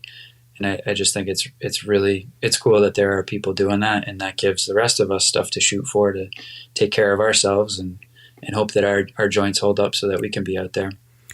And then just the thank you to all of our friends. KDB, you can't do stuff like this if you don't have someone at home who supports you. That's just foundational. But our friends are just amazing. Whenever we needed anything, always there, whether it was breaking trail or showing up at a trailhead, just to make things better and make it a little bit easier on us. So it definitely takes a village, and I feel like this is an accomplishment that we all get to share because everybody was a part of it. So, yeah, no, it's a great story, and it's like you said, and I've run into a lot of people, and I usually am a little bit more chatty. I don't know. I was just in the zone the day I saw you guys, but I've talked to a bunch of people that are, I met a lady who was, I don't even know how old, but she was going through her second round of grids. I've seen Nancy Hall out on the trail. She's getting up there. I've seen Arlette actually was guiding somebody up on this summer, and it's super impressive to see people doing their accomplishments. And I think in the hiking world, a lot of times, and it's amazing, people that do the fastest known times and they do all these crazy accomplishments and records. But to me, the stories that I'm most interested in and I think are most impactful are the regular everyday people that are doing things that they never thought that they could accomplish. Yeah. I tell people all the time, I'll take somebody out and they'll be like, oh, it's just amazing that you do this every single day. And I'm like, it's amazing that you can come up here like 3 times a year and hike a mountain when you're not in mountain shape. Like, that's what I think is amazing. Like, cheers to those people who come up and do hard things. And, Mary Moon has this thing that she says, like, if you ever want to hear a good story, go to the place where people are doing hard things and you'll find some amazing stories. Yeah. So I love the mountains, man. There's so much good out there. Yeah, it's amazing. And then before we wrap up, Mike, Mr. Cherim will kill you if you don't give a nice plug for Redline. So do you want to talk about your services and Redline in general?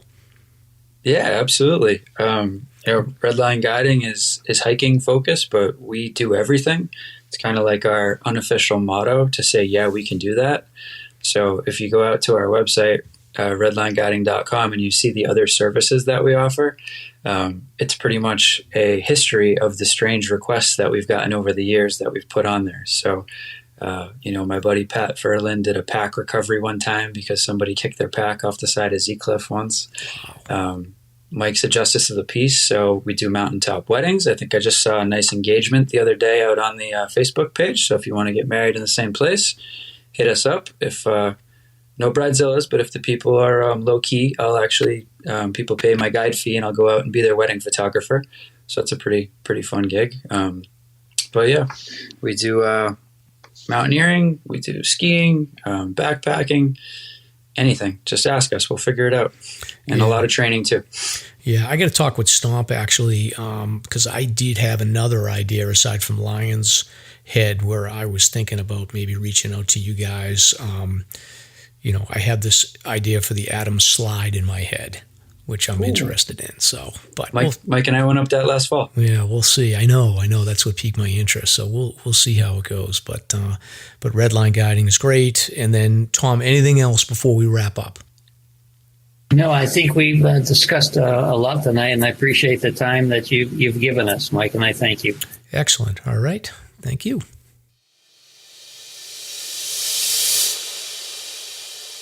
Do. Okay. Coming back in.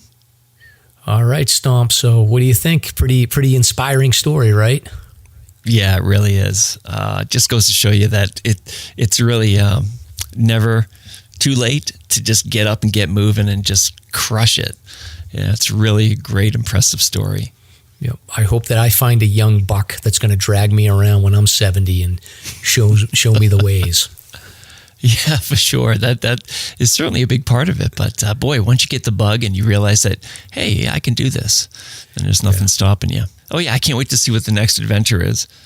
Yeah, it's awesome. And it's sort of like, I think about it like this winter for me in particular was like, and I think I talk about this a little bit, but like this was the first winter where I really started building out a network of people. And, I think Tom and Mike went to a whole nother level here with like relying on friends and people that, new friends and old friends and people that didn't know Tom, that everybody was stepping up to help him out. And, it was really amazing. The fact that like I would say almost all the people that do a single season Winter 48 have done all the 48s. The fact that he did it without having done a lot of these peaks is amazing too.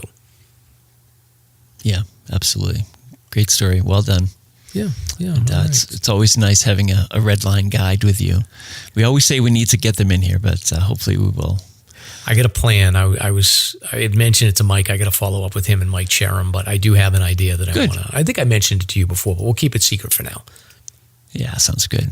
Excellent. All right. So next segment here, Stomp. You want to talk about? So Stomp, you're going to own this. But you put together a really good segment about Limmer Boots. I don't really know a lot about this, but why don't you kick it off and I'll do my best to add some info if I have any. Okay.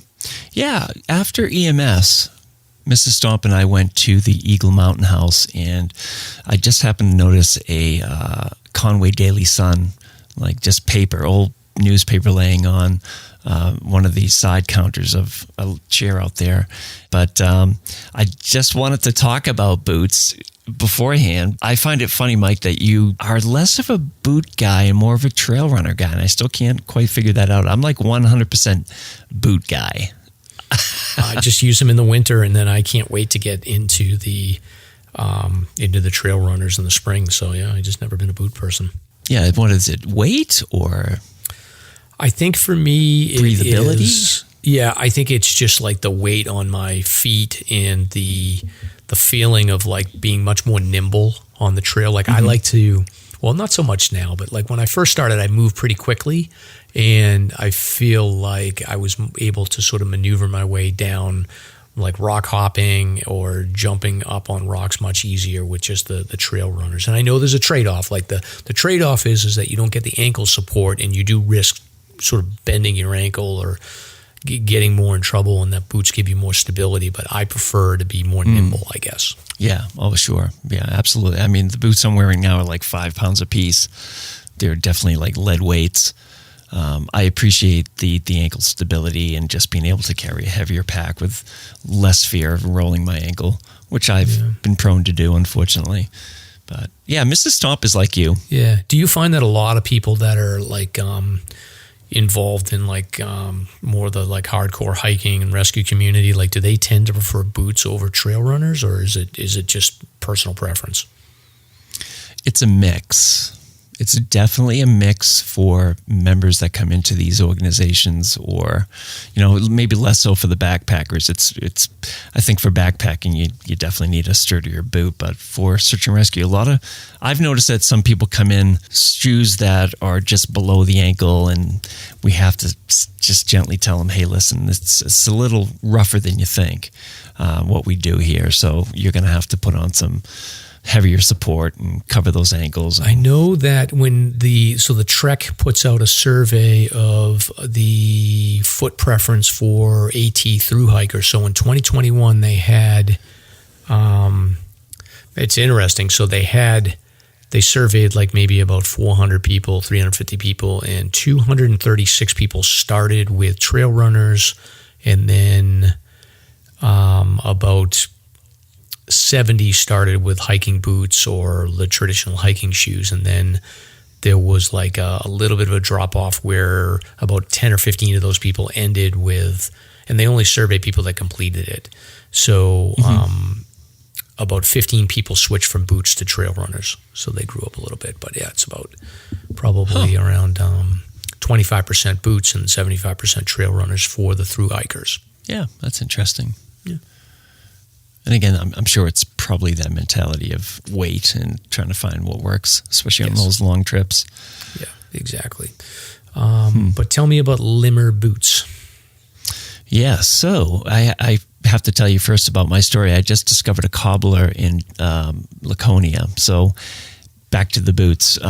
They're called Dobbs, and they replace soles, which is a really fantastic thing. They do focus on A-solos, but if you have boots with soles that need work, bring them down there.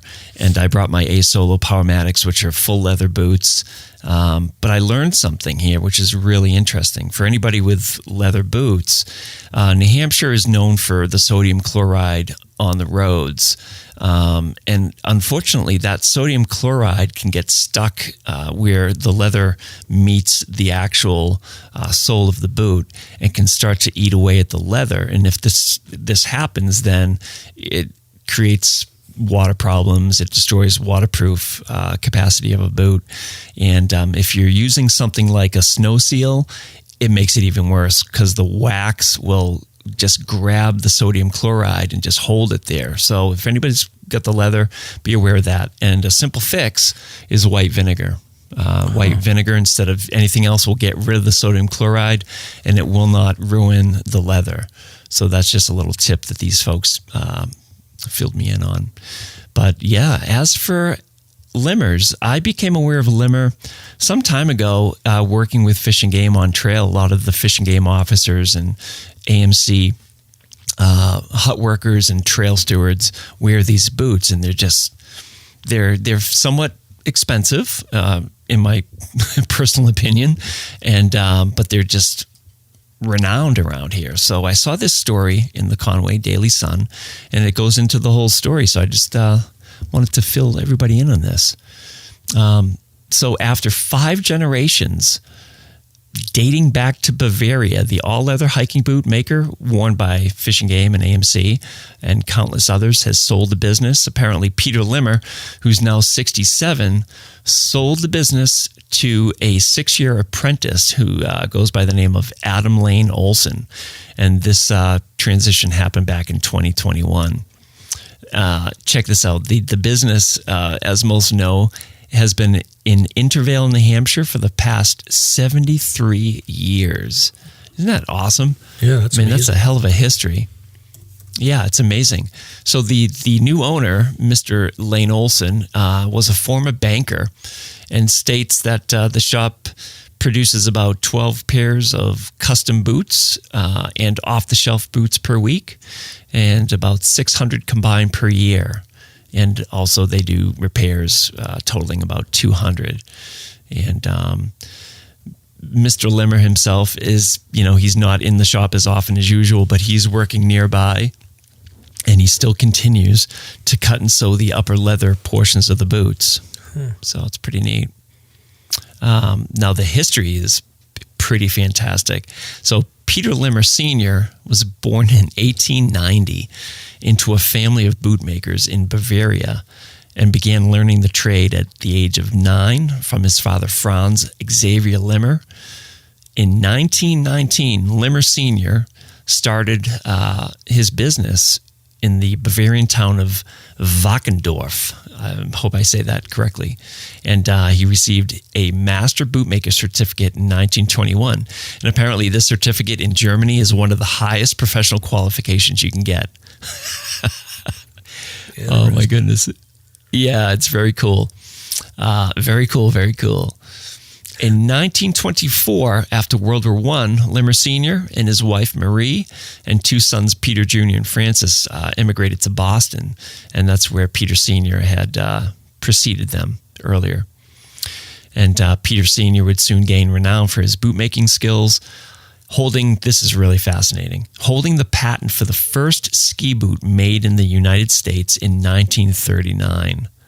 And apparently this boot is still on display at the New England Ski Museum, which I've seen. It's right there in North Conway by the Eastern Slope building. I think you know what that is, right, Mike?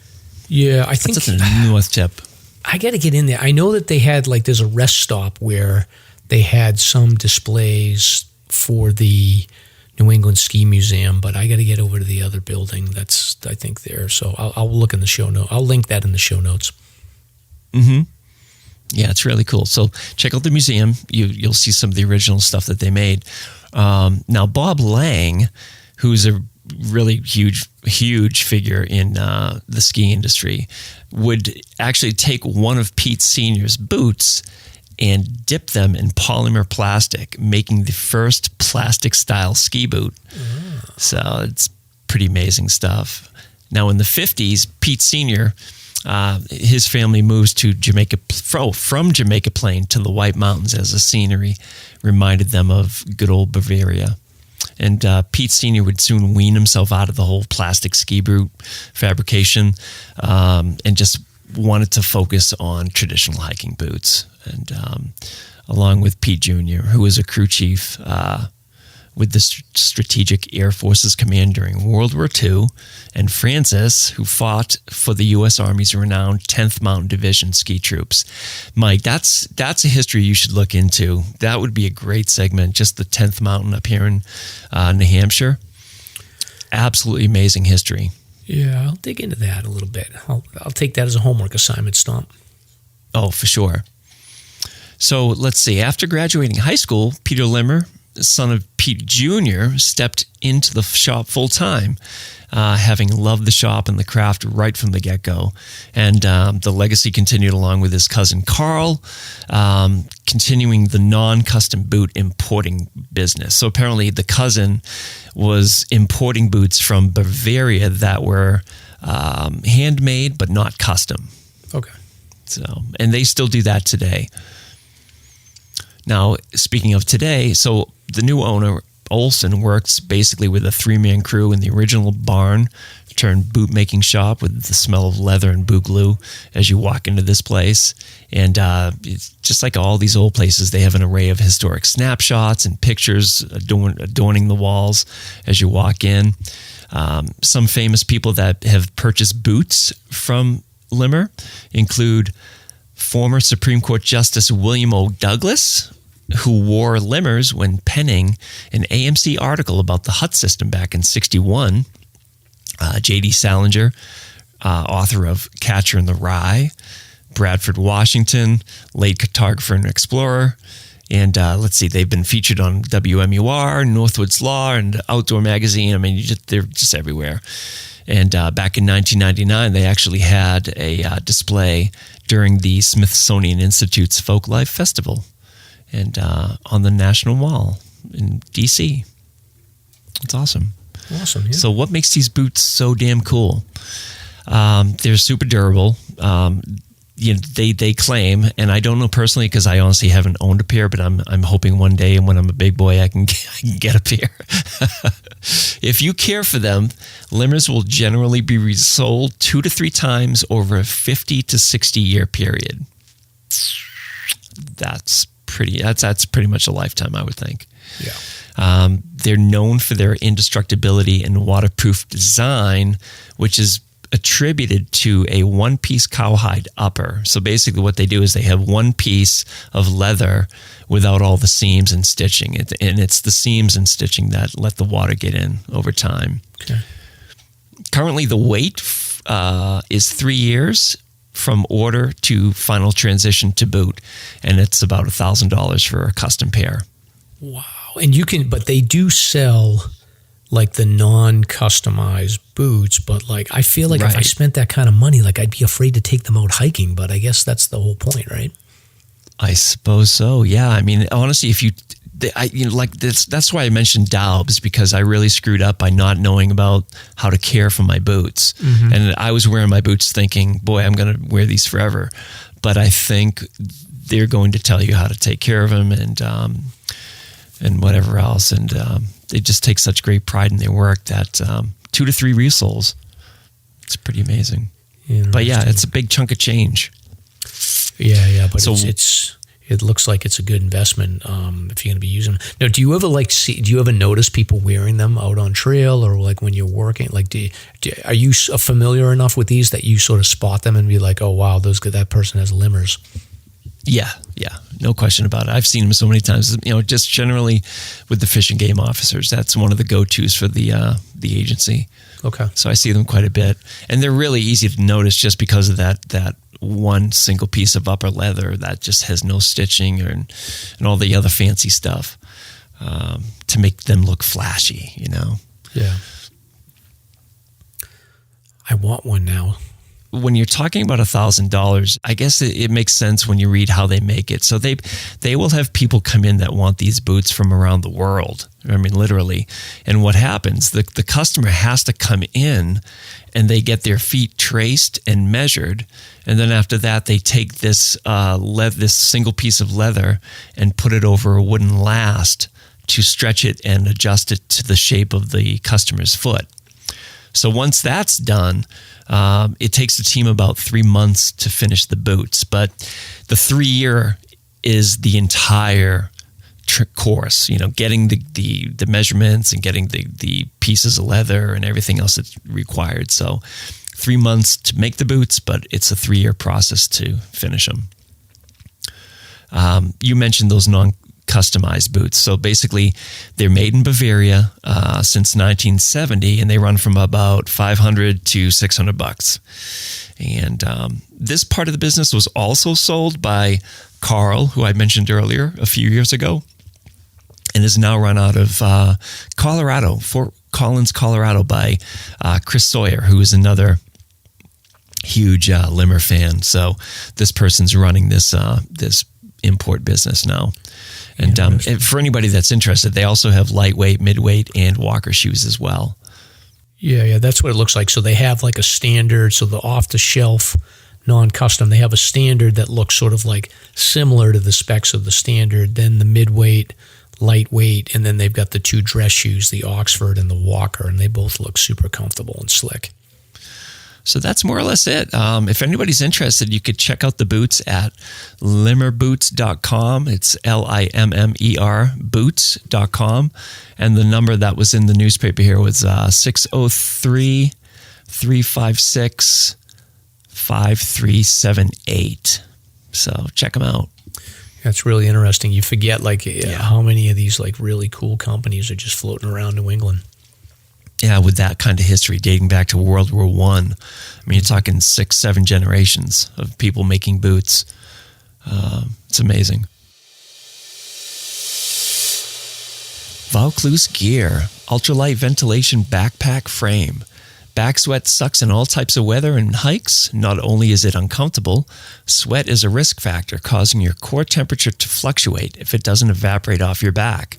Check out Vaucluse's ultralight ventilation backpack frame, a backpack accessory that installs in your favorite pack, size 18 liters to 65 liters, and creates a ventilating airflow gap between you and your pack. Whether you're in hot or cold temps, even if you have a pack with a curved frame, the ultralight ventilation backpack frame is a real game changer when it comes to airflow.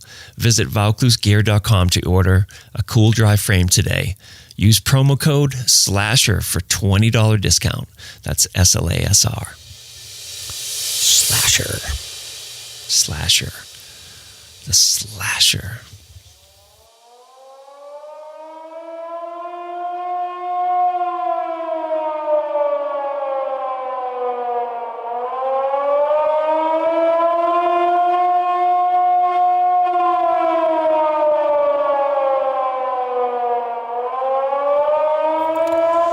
All right, Stomp. So we've got four stories here. We've got 3 national, global, and then we have 1 local one. So let's start with the French Alps. So guides among 6 killed at the Amundsen Glacier. So 6 skiers, including 2 guides. So basically 2 guides and 4 guests have died after being caught in an avalanche in the French Alps on Sunday. So this disaster happened at the Amundsen Glacier near Mont Blanc in southeastern France around midday local time. So it's, definitely warm enough, I would guess, for the sun to be up and hitting it. So it was a sunny day. Skiing conditions have been described as good before the avalanche struck. There was an injured person that was taken to the hospital. Well, there were 8 others that got swept up unharmed. So it was a pretty big group of probably about 15 people that got hit by this avalanche. 6 victims, a couple in their 20s, a 39-year-old woman, and a man in his early 40s who was suspected as being her partner. And then 2 guides were part of the fatality. So apparently the avalanche was caused by a slab of snow detaching from the top of the mountain. According to an official, mountain rescue teams were joined by search and rescue dogs as they worked on Sunday and Monday morning to reach those who were caught. They said that the risk level on Sunday morning was reasonable, and the guides were both local and highly experienced.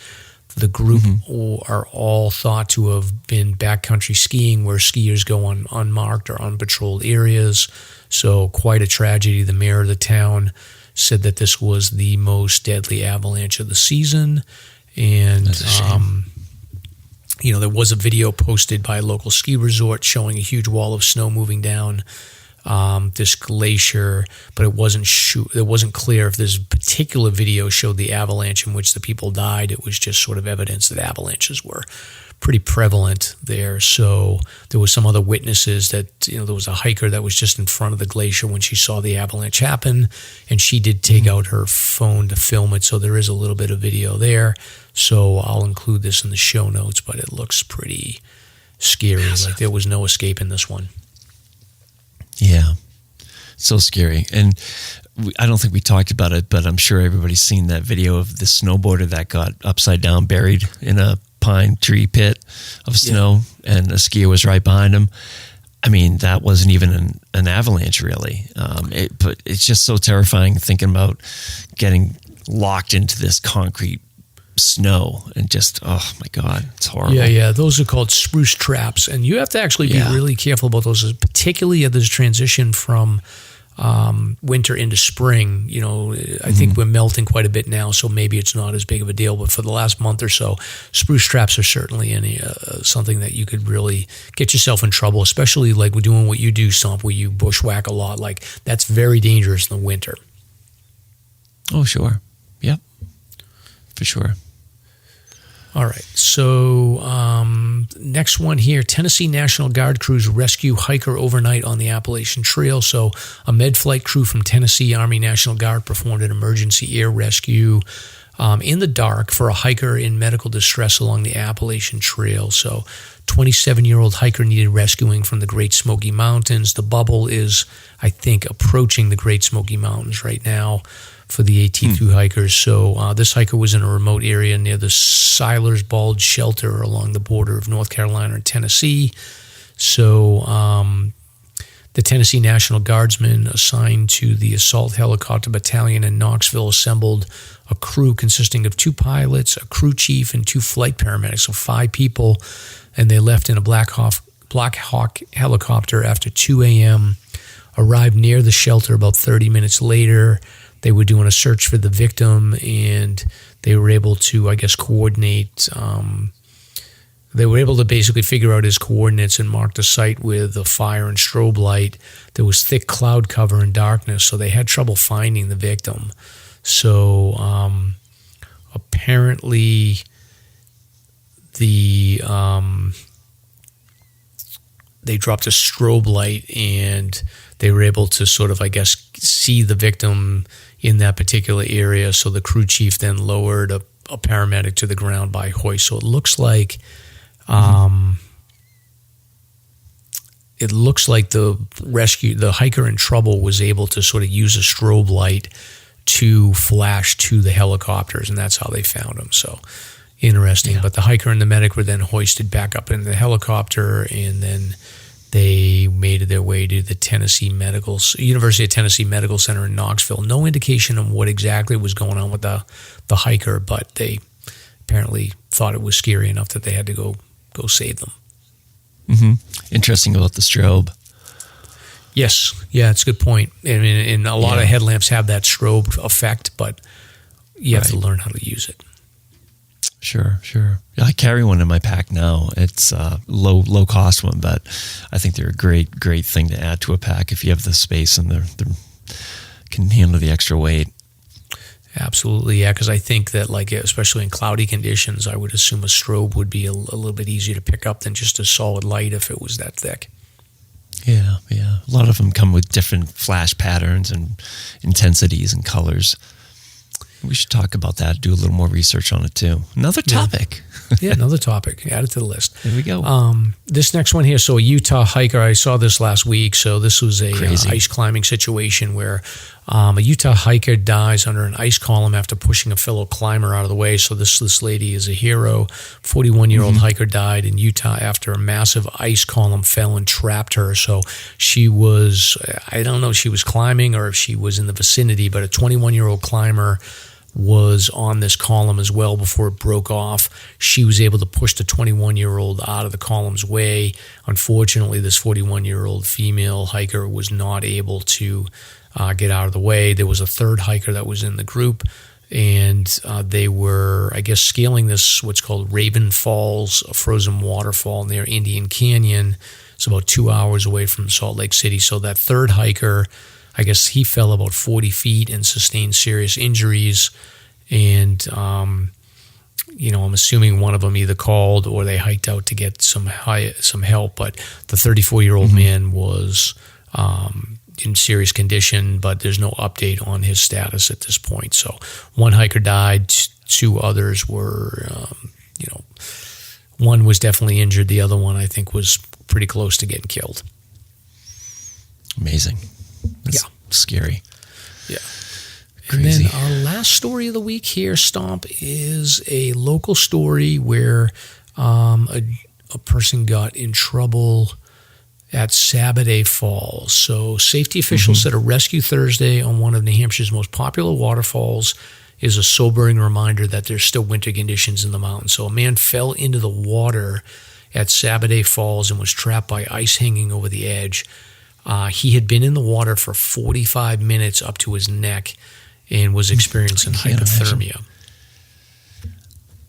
Okay, continue. I would have tapped out in about 5 minutes. Dude, yeah, what else does the story say? Anything? Yeah, so team members are specially trained for such conditions. So it's an ice rescue, a swift water rescue, and a high-angle rescue all at once, Conway Fire Chief Stephen Solomon said. They said they're well-versed in swift water rescues, and they do numerous ones every year. So they had two swimmers from Conway Swift Water Rescue Team reach the man and then pull him out with a rope. I guess temperatures are warming, but it's still winter in the mountains. So even at lower elevation, these trails are packed out in snow. It just doesn't really give any details about how the man got himself into that trouble, but I guess he was able to go home after getting medical attention pretty quickly. So, the fire chief just basically said, look, you've got to have the right footwear, you've got to have crampons or micro spikes, and make sure you're dressed for cold weather because it's still really, cold conditions. So I don't know how this guy ended up in the water, but he's lucky that he survived after 45 minutes. Yeah, I can't even imagine. I mean, I've been in similar situations for 30 seconds and almost drowned. So I have no idea how that happened. I mean, other than a miracle. Easter weekend miracle, I think. That was probably on Easter or right around there. Yeah, it was right around there. Remember when we were hiking and I fell in like up to my kneecap in that freezing cold day? I thought I was going to die because of that. I can't imagine being underwater. Yeah, it's insane. So glad he's alive.